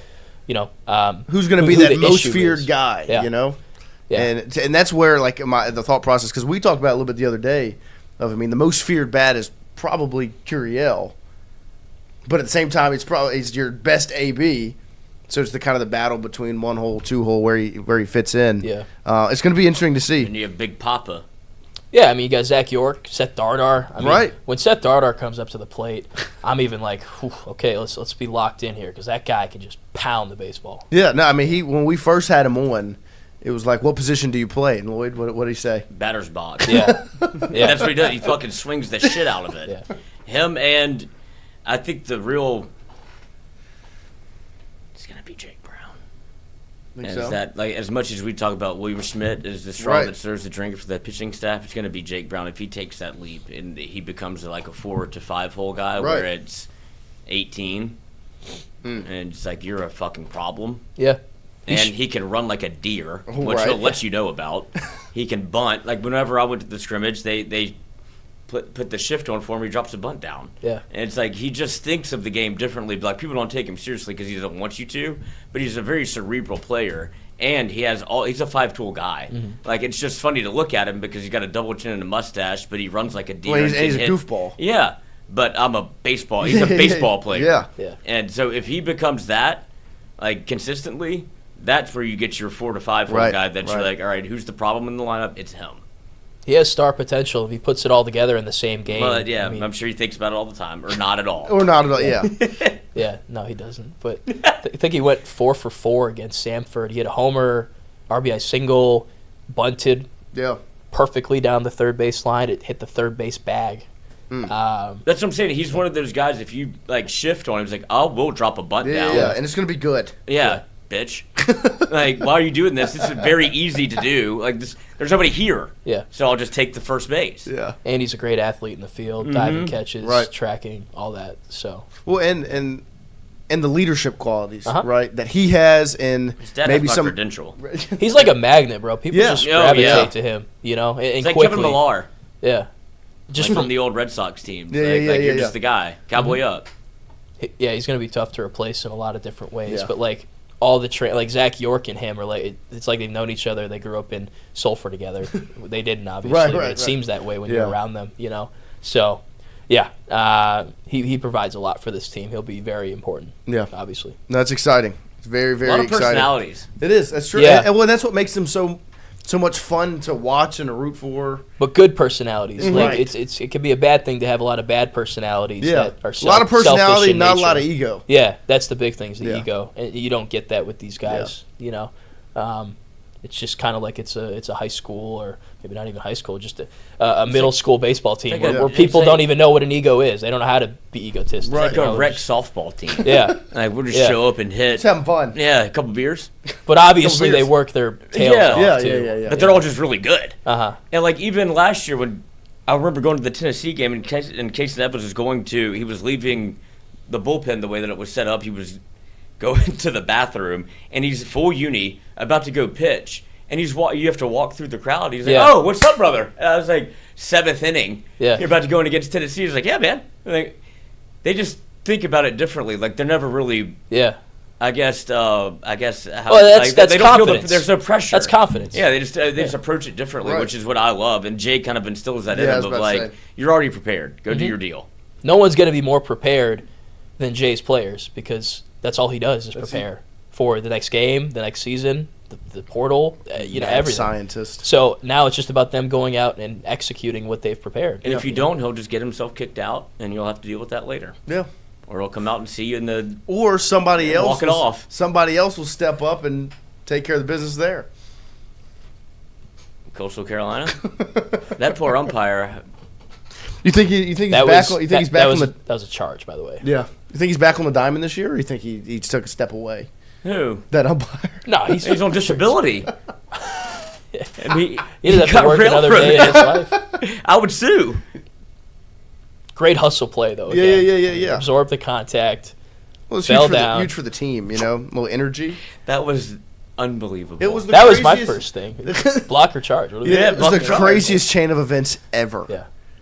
From just like the game and how Talk it started. about getting swallowed up by the moment. Dude. Wasn't it the first inning? It was the the start of the game. Yeah. In the College World Series final, you're going to get Game ejected 2. in the first inning. Yeah. Idiot. It was crazy. Thank you. But that he just and then he goes still has all 9 innings to be able to kind of reflect about it and he goes, "Not my fault, he's not an athlete." It's like, buddy. Real mature, cuz. He's not mature at all. So forget about it, cuz. Forget about it, cuz. I remember sitting in the media stuff before that series, and he's tough. Like he'll throw your question right back at you. Yeah. He's a fucking hardo try-hard jackass. Like I can't say that. I can. That's why we've got Lloyd. Yeah. Whatever. To each their own. Yeah. Oh, I thought he would have been a perfect choice for Tennessee when they were trying to find their new guy. Instead, they promote. So it's an exciting time. Baseball right around the corner. I hope they're good again. Who, Coastal? Coastal. Oh, yeah. Coastal. I'd love to see that Run back jackass into run around again. Dumbass. I love when he gets fired up about specific individuals. I just hold grudges. Yeah, you don't need to though, because they won. Yeah. LSU won. Yeah. Yeah. No, I'd like to see him again because he's going to entertain me. Oh, they should have scheduled. I mean, that should be this weekend. Mm-hmm. That should have been the season opener series. Yeah, LSU against. Can opening you imagine? day. LSU. Well, that's what they do in the NFL. Like, right. That's what makes it All awesome. right. It's like redo the whatever the Super Bowl was. Like y'all play again week 1. Yeah. Why not? Instead, they're Minnesota. playing It would have been Milwaukee. It would have been sick. Instead, they're They might as playing well play Coastal. Kick that ass again. Yeah. Come to the box. BTA. Maybe in a regional or a super regional. Yeah. It'd be awesome. Storylines and plenty. Instead, they're playing the Brewers. They'll probably host Coastal, I guess. I don't know what the Chanticleers are up to. Me neither. I haven't paid attention to them. And that's also why I hate them. They got a new field. Yeah, that did suck. They got a new field? Sucked. I think so. I drove through Little Rock recently, and I debated stopping to say hi to our guy, Coach Chris Curry. Chris Curry. Yeah. I like him. That was yeah. They just got their because LSU won. You're gonna like him. Otherwise, it's gonna be. They just got their conference championship rings. I saw they posted. They deserve everything. They were good. They were good. Yeah.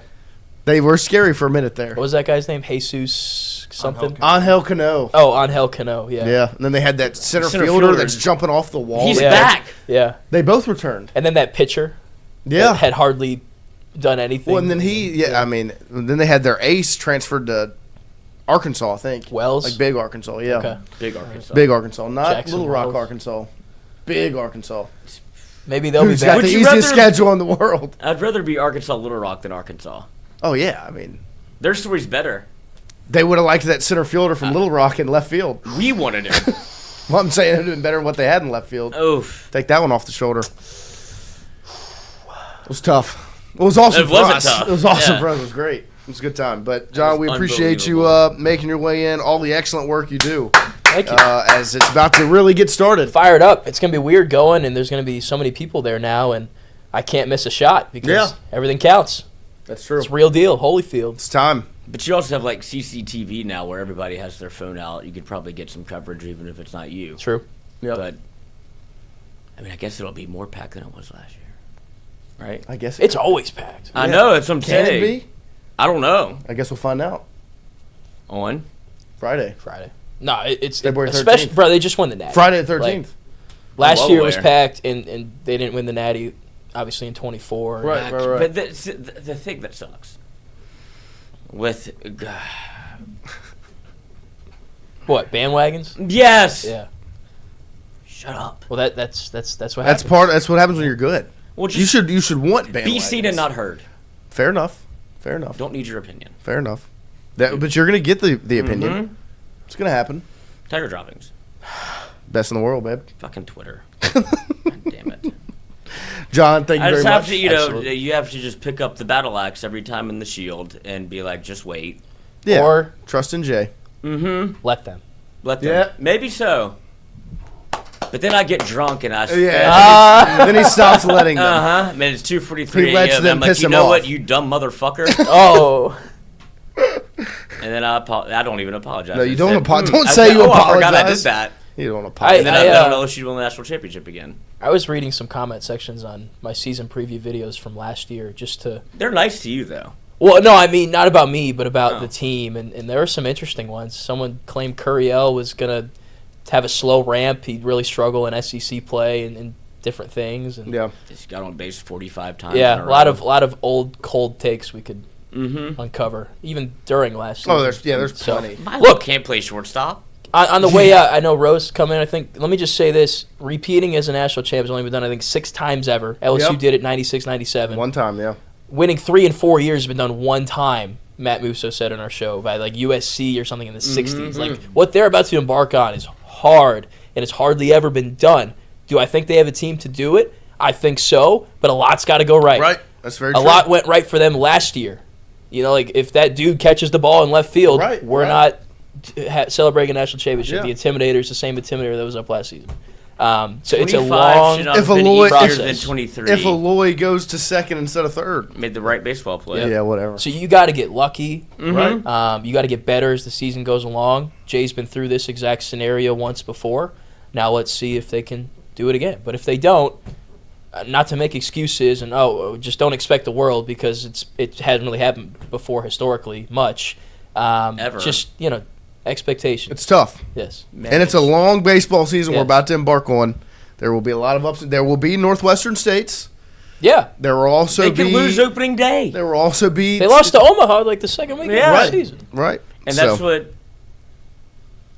Cruz said. He goes, "You'll find out what team you have after your first loss." Exactly. Yeah. And he's right. Like, you know what you're made of after you lose. And I think these Because guys. it's easy. They're all good. I like the character of this Me team. too. I think they're going to handle it the same way they did last Because year. they have Jay's. They have Jay's Okay. character. Mm-hmm. And there's not a man on planet All Earth I trust more. Every year, Jay Johnson's the coach of any team. Yeah. Obviously, he's at LSU. That team has a chance to win the national championship. So you should sleep peacefully at night, tonight, and every night during the season until it's over, because you know that. So Shout out Jay Johnson. Yeah. Shout out God and Jay Johnson. Is that what Christian said? When we were in Omaha, he said, shout out God and Jay Johnson. who that wouldn't surprise me. Christian said I mean, way more he has. far-fetched things. That's very not- true. Yeah. Very, very true. I But believe John, more in Jay Johnson. huh? I believe more in Jay Johnson. I've seen it. Everybody's spiritual Here journey we is go. different. you know? Lord have mercy. Drugs and what is it? Germs and Jesus. 2 things I've never seen, but I'm supposed to believe in. Jay Johnson, I've seen. I've seen Jay Johnson too. John, we appreciate you. We'll get you back in studio. Best of luck on the long baseball season ahead. Thank you. I can't wait. Know you're gonna. We're gonna crush it. We'll see you back in Omaha in the RV. There you go. That's right. There you go. We're gonna take a quick break here. We'll come right back. Close it out here. Shout out to John Eads. Go follow him on Twitter. Stay up to date on LSU baseball. Wardos was created in honor of Alan Ward Granning III, fondly known by family and friends as Wardo. In 2019, the oldest brother of the tribe passed away unexpectedly. His remaining siblings and loved ones wanted to honor his memory in a special way. In 2022, Ward's family decided to combine the need for a sandwich shop in downtown Natchez with a desire to pay tribute to Ward's love of good friends, good times, and great food. Through blood, sweat, tears, and countless hours of hard work, Wardo's was born.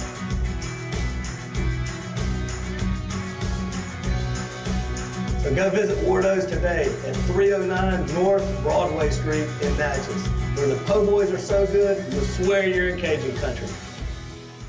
Hey, Miss Lou, come visit us, Tom and Wright Granning at Go Martin on the Go Deli. Go Martin has clean restrooms, community coffee, an awesome beer cave, and a great selection of anything you may need. Located at the corner of Highland Boulevard and Highway 61 South in Natchez. Also stop by Wardo's Po' Boys at 309 North Broadway on the beautiful Natchez Bluff, where everyone is family.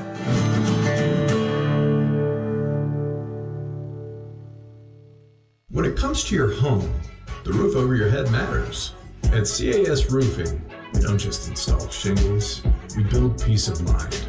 With years of experience and a commitment to craftsmanship, our team shows up on time, gets the job done right, and treats every project like it's our own home.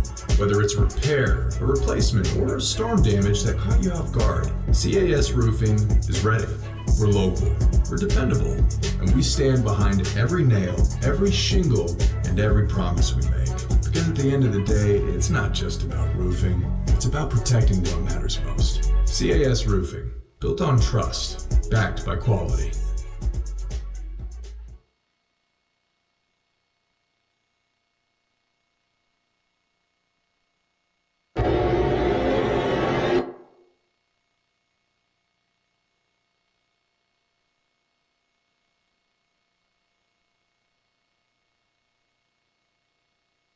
What's that for what?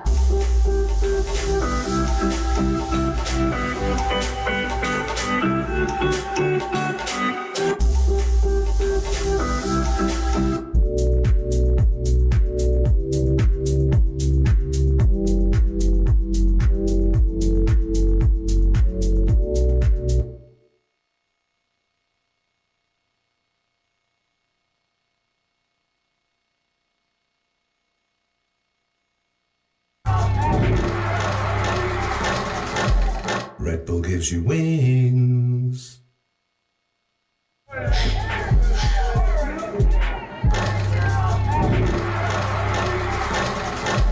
Red Bull gives you wings. What's up, team? It's Coach Jordan here. When it comes to your home, the roof over your head matters. At CAS Roofing, we don't just install shingles, we build peace of mind. With years of experience and a commitment to craftsmanship, our team shows up on time, gets the job done right, and treats every project like it's our own home. Whether it's repair, a replacement, or storm damage that caught you off guard, CAS Roofing is ready. We're local, we're dependable, and we stand behind every nail, every shingle, and every promise we make. Because at the end of the day, it's not just about roofing, it's about protecting what matters most. CAS Roofing. Built on trust, backed by quality.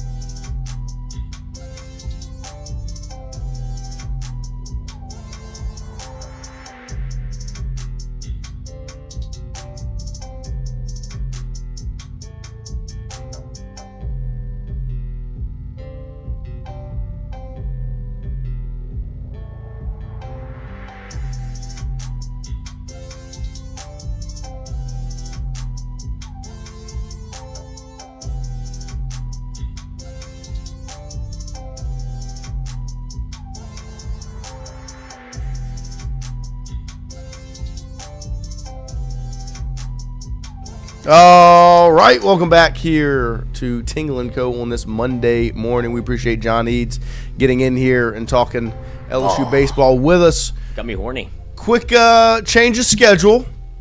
Rohan will be coming in tomorrow morning because this morning we're going straight to Red Stick Spice after this to record Cooking with Ro. So I wanted to make scheduling, timing a little bit easier on him.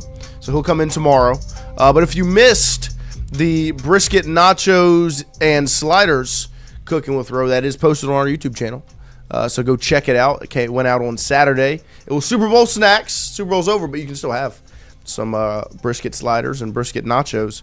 Go check out Ro and Lloyd's angel of a mother, Lily Courtney, as they cooked up the nachos and the sliders. And today, what do we have on the menu? We have a Valentine's Day menu consisting of... little date night. Little date night. Ro and Lloyd's mom. Mm-hmm. Surf and turf. There you go. Never mind. Little steak chimichurri and some deep fried shrimp. There you go. Oh, yeah. So, Ro, Lily Courtney, salt and pepper, Red Stick Spice. Shout out to Red Stick Spice. Wouldn't be able to do it without them. That's Great right. setup they've got. They do plenty of. If you don't learn anything from our Cooking with Ro segments, Red Stick Spice will teach you everything you need to know. And if you need anything that they're using in the ingredients, go to Red Stick Spice because I promise you they have it. They've got. When I tell you, some of the things that are in there I've never heard of in my life. Like? I don't even know, but you just look around. The spices, the different, they've got everything. So go check it out. We appreciate Ro. And if you want to learn more, and Red Stick Spice. Mother teaches classes there. Yes, she you can does. Sign up for at Red Stick Spice. There you go. Shout out to Red Stick Spice. We appreciate them allowing us to do something fun like Cooking with Ro. I mean, it's an LSU. It's a legendary LSU quarterback cooking it up for you. Doesn't get any better than that. So we'll do that today. Ro will be in here tomorrow to talk football. But today's talking food, and we'll get that posted this week. But we're going to close it out this morning so we can head over to Red Stick Spice and get ready for Cooking with Ro as we are trying to go 13 for 13 here. Maybe do a little Perry Pick'em after. Ooh. As Christian's real fired up for this Pelicans-Kings game tonight. Apparently, social media has run wild with it. Well, I can't believe they traded Alvarado. That was upsetting. I mean, I'm happy for Jose because now he's back home in New York. He's getting to play for the Knicks and Madison Square Garden. He feels like a Knick. That's awesome, right? He had a great first game. He did. I think he had like 12, 2 and 2, hit a couple threes. And he got the GTA. He went and picked Jaylen Brown's pocket from behind. How does that happen? What? How do you not know? Oh no, Jaylen Brown knew, but he kind of went this way and went, ooh, gotcha. Still got him. I love Jose Alvarado. Me too. You have to. Yeah, it's a guy who embraced the city. He's undrafted. Yeah, it's like when Shahid got traded. Yeah, 100%. Yeah, fuck. Happy for him last night. Yeah, of course. Good for him. Good for a Super Bowl. And Kubiak, honestly. Too. Yeah. That's what's wild is Dennis Allen bad. Oh, we got Derek Carr. Oh, and he wants to come back and play football. Nobody wants you. Yeah, have fun with that. Keep trying, buddy. I'd rather Rich Gannon. Did you see him and John Gruden? That is football guys to a T, bro. That is the dream. San Francisco had no idea what hit them. No, that is awesome. They run into each other. They got straight into. The way that awesome. I'm gonna fucking fight you. Dude, it's football guys, dude. Hit him, Gannon. It's just football guys. Yeah, it's awesome. It is the best. He's electric. Oh yeah, no, I mean Gruden's the best. The best. Awesome. And Gannon was like 4 beers in. Yeah, loose. Oh, what's up, fucker? Red 80! He went straight into the set hut. It was beautiful. It was awesome. It was beautiful. It was. And he's like becoming Coach Gruden. Anything he does, he's like the Guy Fieri of football. That's actually I think that's a pretty apt comparison. Yeah, I like that. That's like Anthony Bourdain of football. I didn't really watch Anthony Bourdain, but like the Guy Fieri of football, that's like pretty that. good. Guy Fieri Every time you see him, you're not upset. You're like, this is going to be great. I don't want him to go back into coaching. No. I love seeing what he does now. Like, it's hilarious. He's awesome. He's the best. He's the best. That was the best hire that Barstool has ever made. No offense to anyone else. No offense to Gruden. That's, the best hire they could have made. Just you openly taking shots. That's fucking wild. It lets you go. Fucking Seth Dardar comes in here and tells me I'm not the best infielder he ever played with. You were second behind Milam. Bullshit. I was fucking better than Milam. 211. Back in, I could do a split at 9 years old. There you go. Oh, Straight do it up. for me, Daddy. All right. I bet they did love you at the church. I feel like I have to pray extra hard every time I come in here. You should. Did it on your knees all day. I pray laying down actually in my bed. There you go. Oh, missionary? No. You're not. Oh, you don't. That's what they. You're a freak, dude. There's something. So this wrong is with all you. baseball, right? Dinger. At 5. Slugger.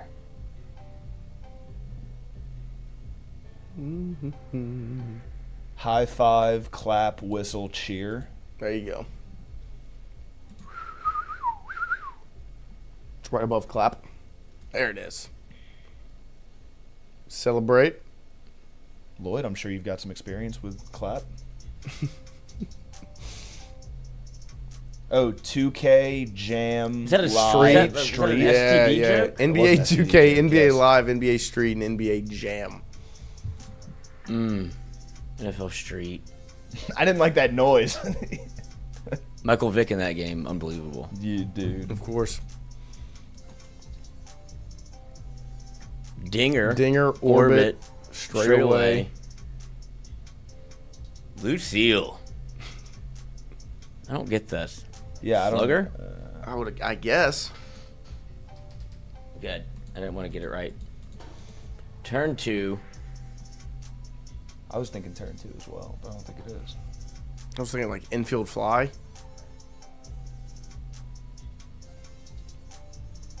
Pit stop. Turn I feel stop. like Pitts, Slugger, Lucille, and Orbit all are like words jumbled up. Why there's 2 R's in Slugger, right? There's 3. Yeah, I don't know why they have 3 R's. Yeah, in it. what does that mean? And 2 G's. Slugger. Straight away. Lucille. Yeah, I don't. Glimmer said those are all mascots. Dinger, Orbit, Lucille, and Slugger are mascots. Fair enough. That makes sense. Yeah. What is this? Pitts. Oh. Oh, they did just one away from baseball. Yeah.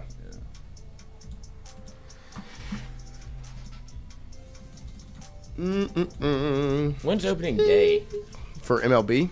It's a while. I think March. Or Yeah. maybe April, actually.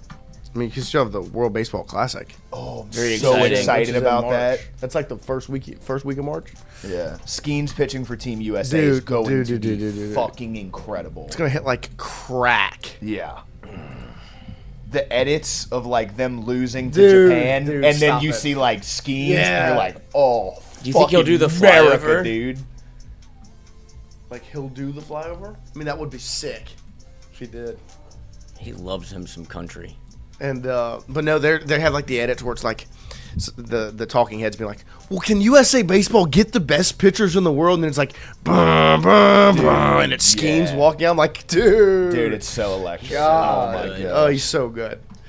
That's awesome. He went to LSU. He's like the baseball Burrow, where it's just like, oh, the only thing that's going through this head is baseball And touchdowns. and like I mean, who knows Hot what dog roller. Yeah, it's sick. Yeah, that big purchase. We need to get that for the World Baseball Classic. We need to watch it here.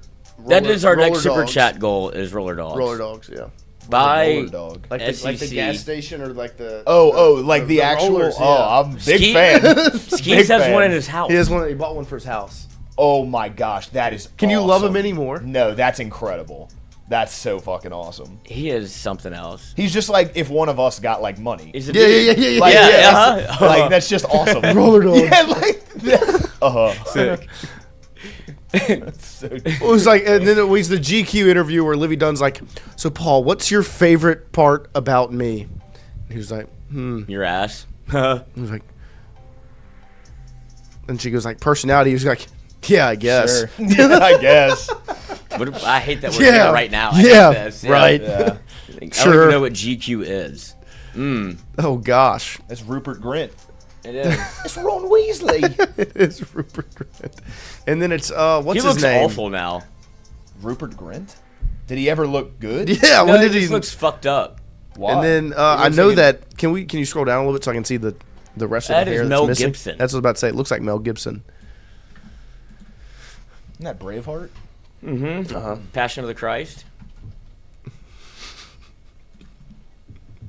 Ever seen it? I have seen it. Yeah, I was waiting for you to make a fucked up joke. Yeah. Oh, during the Sturgeon get the pillar. No. Just That stop, scene? Stop. Just go ahead to NFL. We dropped NFL. Sean and I dropped a bunch of lemon heads, and they skedaddled all over the floor in the movie theater. Talk about bad time to get the giggles. Because he's getting.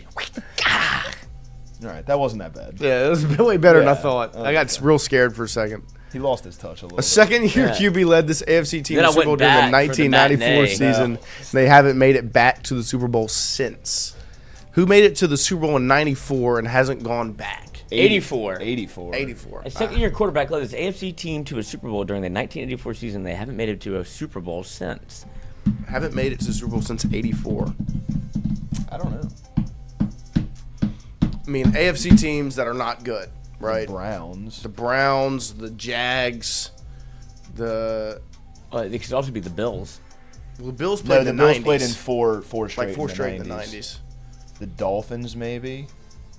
Second-year QB led this AFC team to Super Bowl in 84. I mean, that would be Marino Broncos. time, right? Marino's the 80s. Yeah, this could be the. This could very well be the. I thought Marino was the 70s. I might be wrong though. I don't. I wasn't Do you know where he around, went to so- college? Dan Marino. Pitt? Pitt guy. An odd like. Oh, school- yeah. Chat. Marino. A very odd school that has like a Gage lot Evans of got really it great first. players. Yeah. Like Darrell Revis, Larry Fitzgerald, Dan Marino. Like that's a fucking elite. That's a great top that is three. An Like that, if you insane made top a, three. like a Pitt, Mount Rushmore, it's Yeah. like up there with Aaron someone- Donald? Like, are you kidding me? What? That's like that's a hell of a Mount Rushmore. Random as fuck. Donald, Fitzgerald, Marino, and Revis.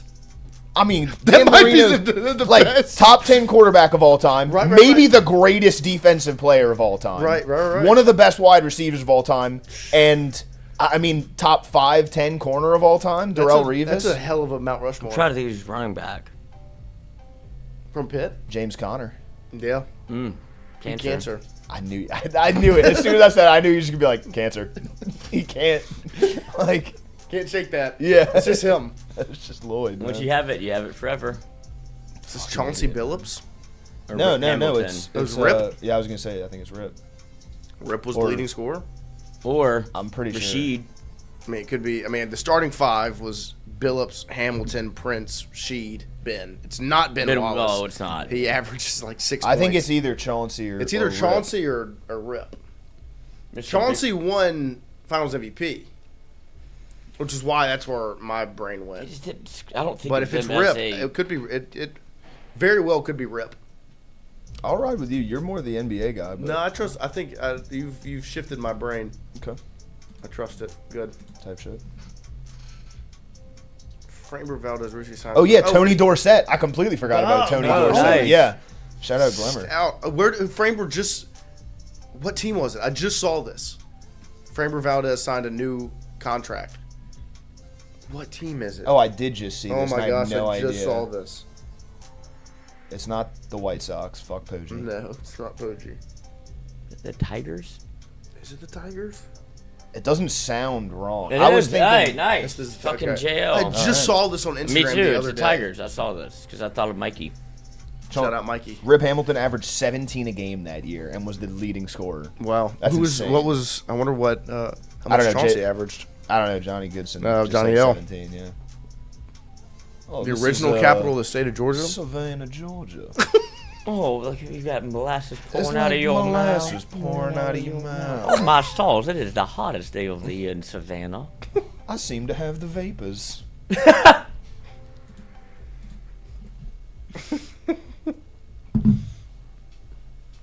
What side of the war are you on, my good friend? Founded in Italy in was it 1827? Factory produced Yeah. Italian food products, simply coming in a green-colored packaging with its name in red or white print.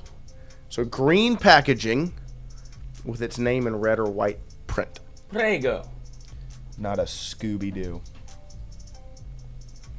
Oh, nice. Chauncey averaged 16.9. Wow.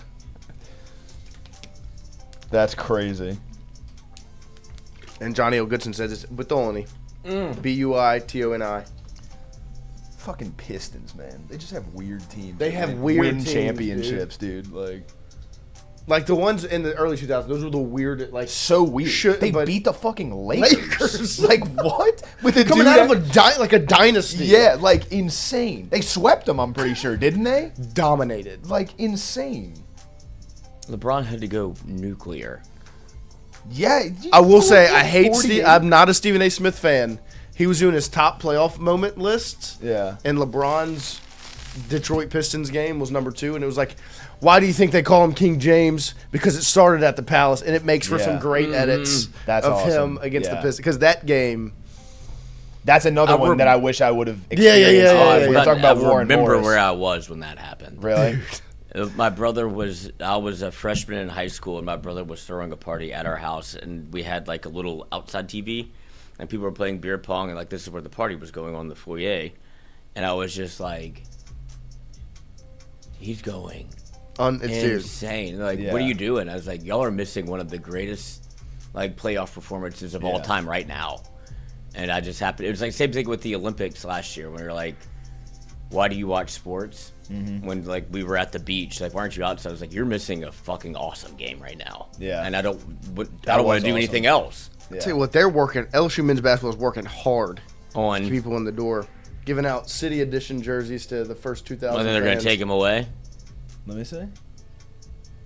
Oh, those aren't even. I mean, they're not like looking, crazy good looking, but I mean, like it. That's how you know that they knew that they were going to be bad. They have all these in the chamber. Trying to get everybody there. Hannah Montana. This is Hannah Montana. Hannah Montana. Kurt Russell played Wyatt Earp. Oh, this is the Val Kilmer one. It's where he's what's his name in this one? Why can't I think of what Val's name was in this movie? He was like sick. Batman. He was Batman. I have no idea. I know this movie. Why can I not think of what it's called? Tombstone. What was Val's character's name, Johnny? Why can't I think of his name? Wyatt Earp. Cool Hand Luke. Oh, this is it's like Lin-Manuel. Oh, Lin-Manuel Miranda. Terrible producer. Doc Holliday, that's his name. That's what it is. I don't know. Nice. There we go. Thank you. Crush that. Good job, guys. Easy day. Also, Fallout is great. Good show. Fallout is a good show. My friend, I literally just, like, at my Super Bowl party last night, my friend was telling me how good Fallout is. It's great. It was a good show. Apparently, it's a video game. Yeah, it was a video game first. Yeah, that's what I've never I don't understand how they correlate, but... What, the video game in the show? Yeah, I don't know how that's a video game. I don't know what we're doing in the game. What is it? It's I've like never played the game. Apocalyptic? Like what? A bomb fell or something? You said like there was like an atomic bomb and like it's the fallout from that or something? Yeah. Okay. I could get behind that. It's fun. And it's got what's his name in it? Why can't I think of his real life name? I can only think of his characters. Baby Billy. What's his name in real life? Baby Billy. Yeah, from Righteous You haven't Gemstones. seen that either. Why can't I think of his name? He's in a lot of stuff. He's in a lot of I can't stuff. think of it either. Now I just think of him. My dad would, if I called my dad right now, he'd spit the name He right was back also at in me. White Lotus. He is in White Lotus. He's also in Vice Principals. Excellent. I don't give up about them ducks. I was about to say that. Ain't nobody texting you. Anybody texting you, Gamby?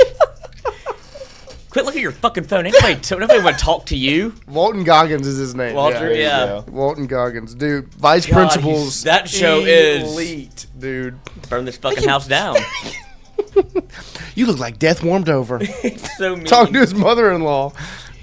Dude, that show is elite. My dad had never watched it, and I was like, I want to beat your fucking ass. She doesn't understand me. she don't understand words coming out of my mouth. So mean. Anybody texting you, Gamby? And he's in the bath. He gets all upset. He says, why does nobody like me? You're I'm a just jerk. misunderstood. Walton Goggins, yeah, he is funny. I can't believe he is that. Like, incredible sense of style as well. Terrible sunglasses that his brand is awful, considering how cool he dresses. Right. No, he does. And he's ripped. Yeah, he's in great shape. Loves a cigarette. Which is Kurt Russell. That's his name. Kurt Russell. And Gamby. But it's an advocate for cigarettes. Keeps him skinny. Thank you, but have fun imagining it, though. They're so funny. Okay, I'll say something you haven't said. I hope you die, bitch. You're already dead. You're already Take my dick and slap it across your Dude, that show is hilarious. It's so underrated.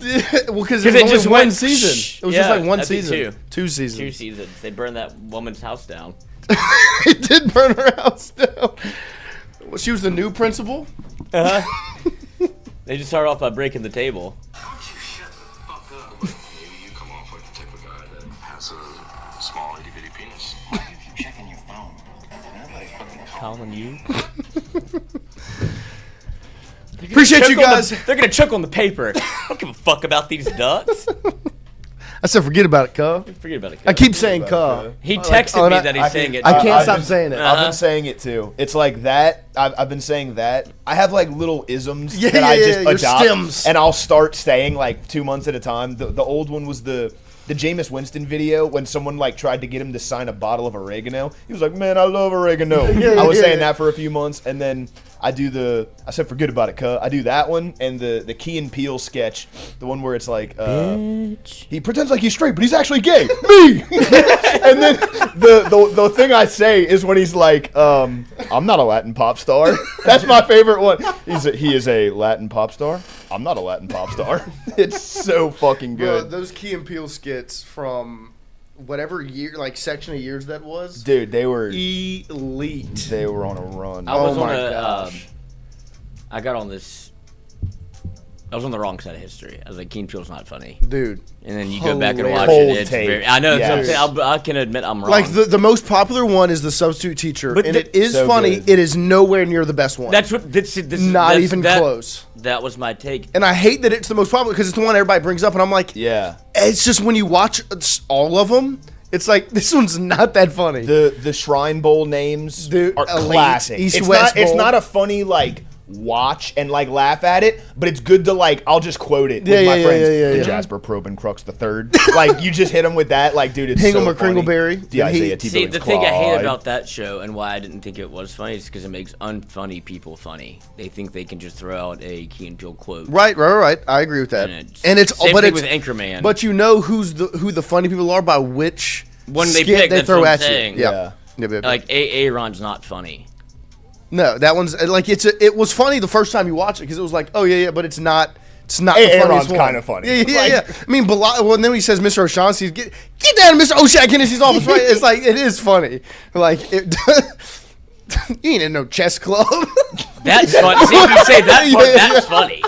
But everybody always does everybody always does the Aaron, and it's like not fucking funny. Well, and it's one of my friends in high school's name was Blake, and so it's every Balake. time first day of class, you're like, oh, Balake, and it's like, dude, stop. Like, just say his name when you call roll, please. The teacher's doing it? Yes, it ruins it. Oh. But like the high on Potnoose one, where it's like, oh, you stole my joke. I quote that one all the time. That was my joke. The President Obama walks in the classroom. Yeah. Oh my gosh. I mean, there's some other ones. I love Key and Peele that are just. All right, they're in the kitchen. Just got the text. All right, let's roll out. Shut up, Mom! Silence from you. You're cut off from talking. We'll be back tomorrow morning, 8 to 10. Forget about it, cuz. Just shut up, Mom.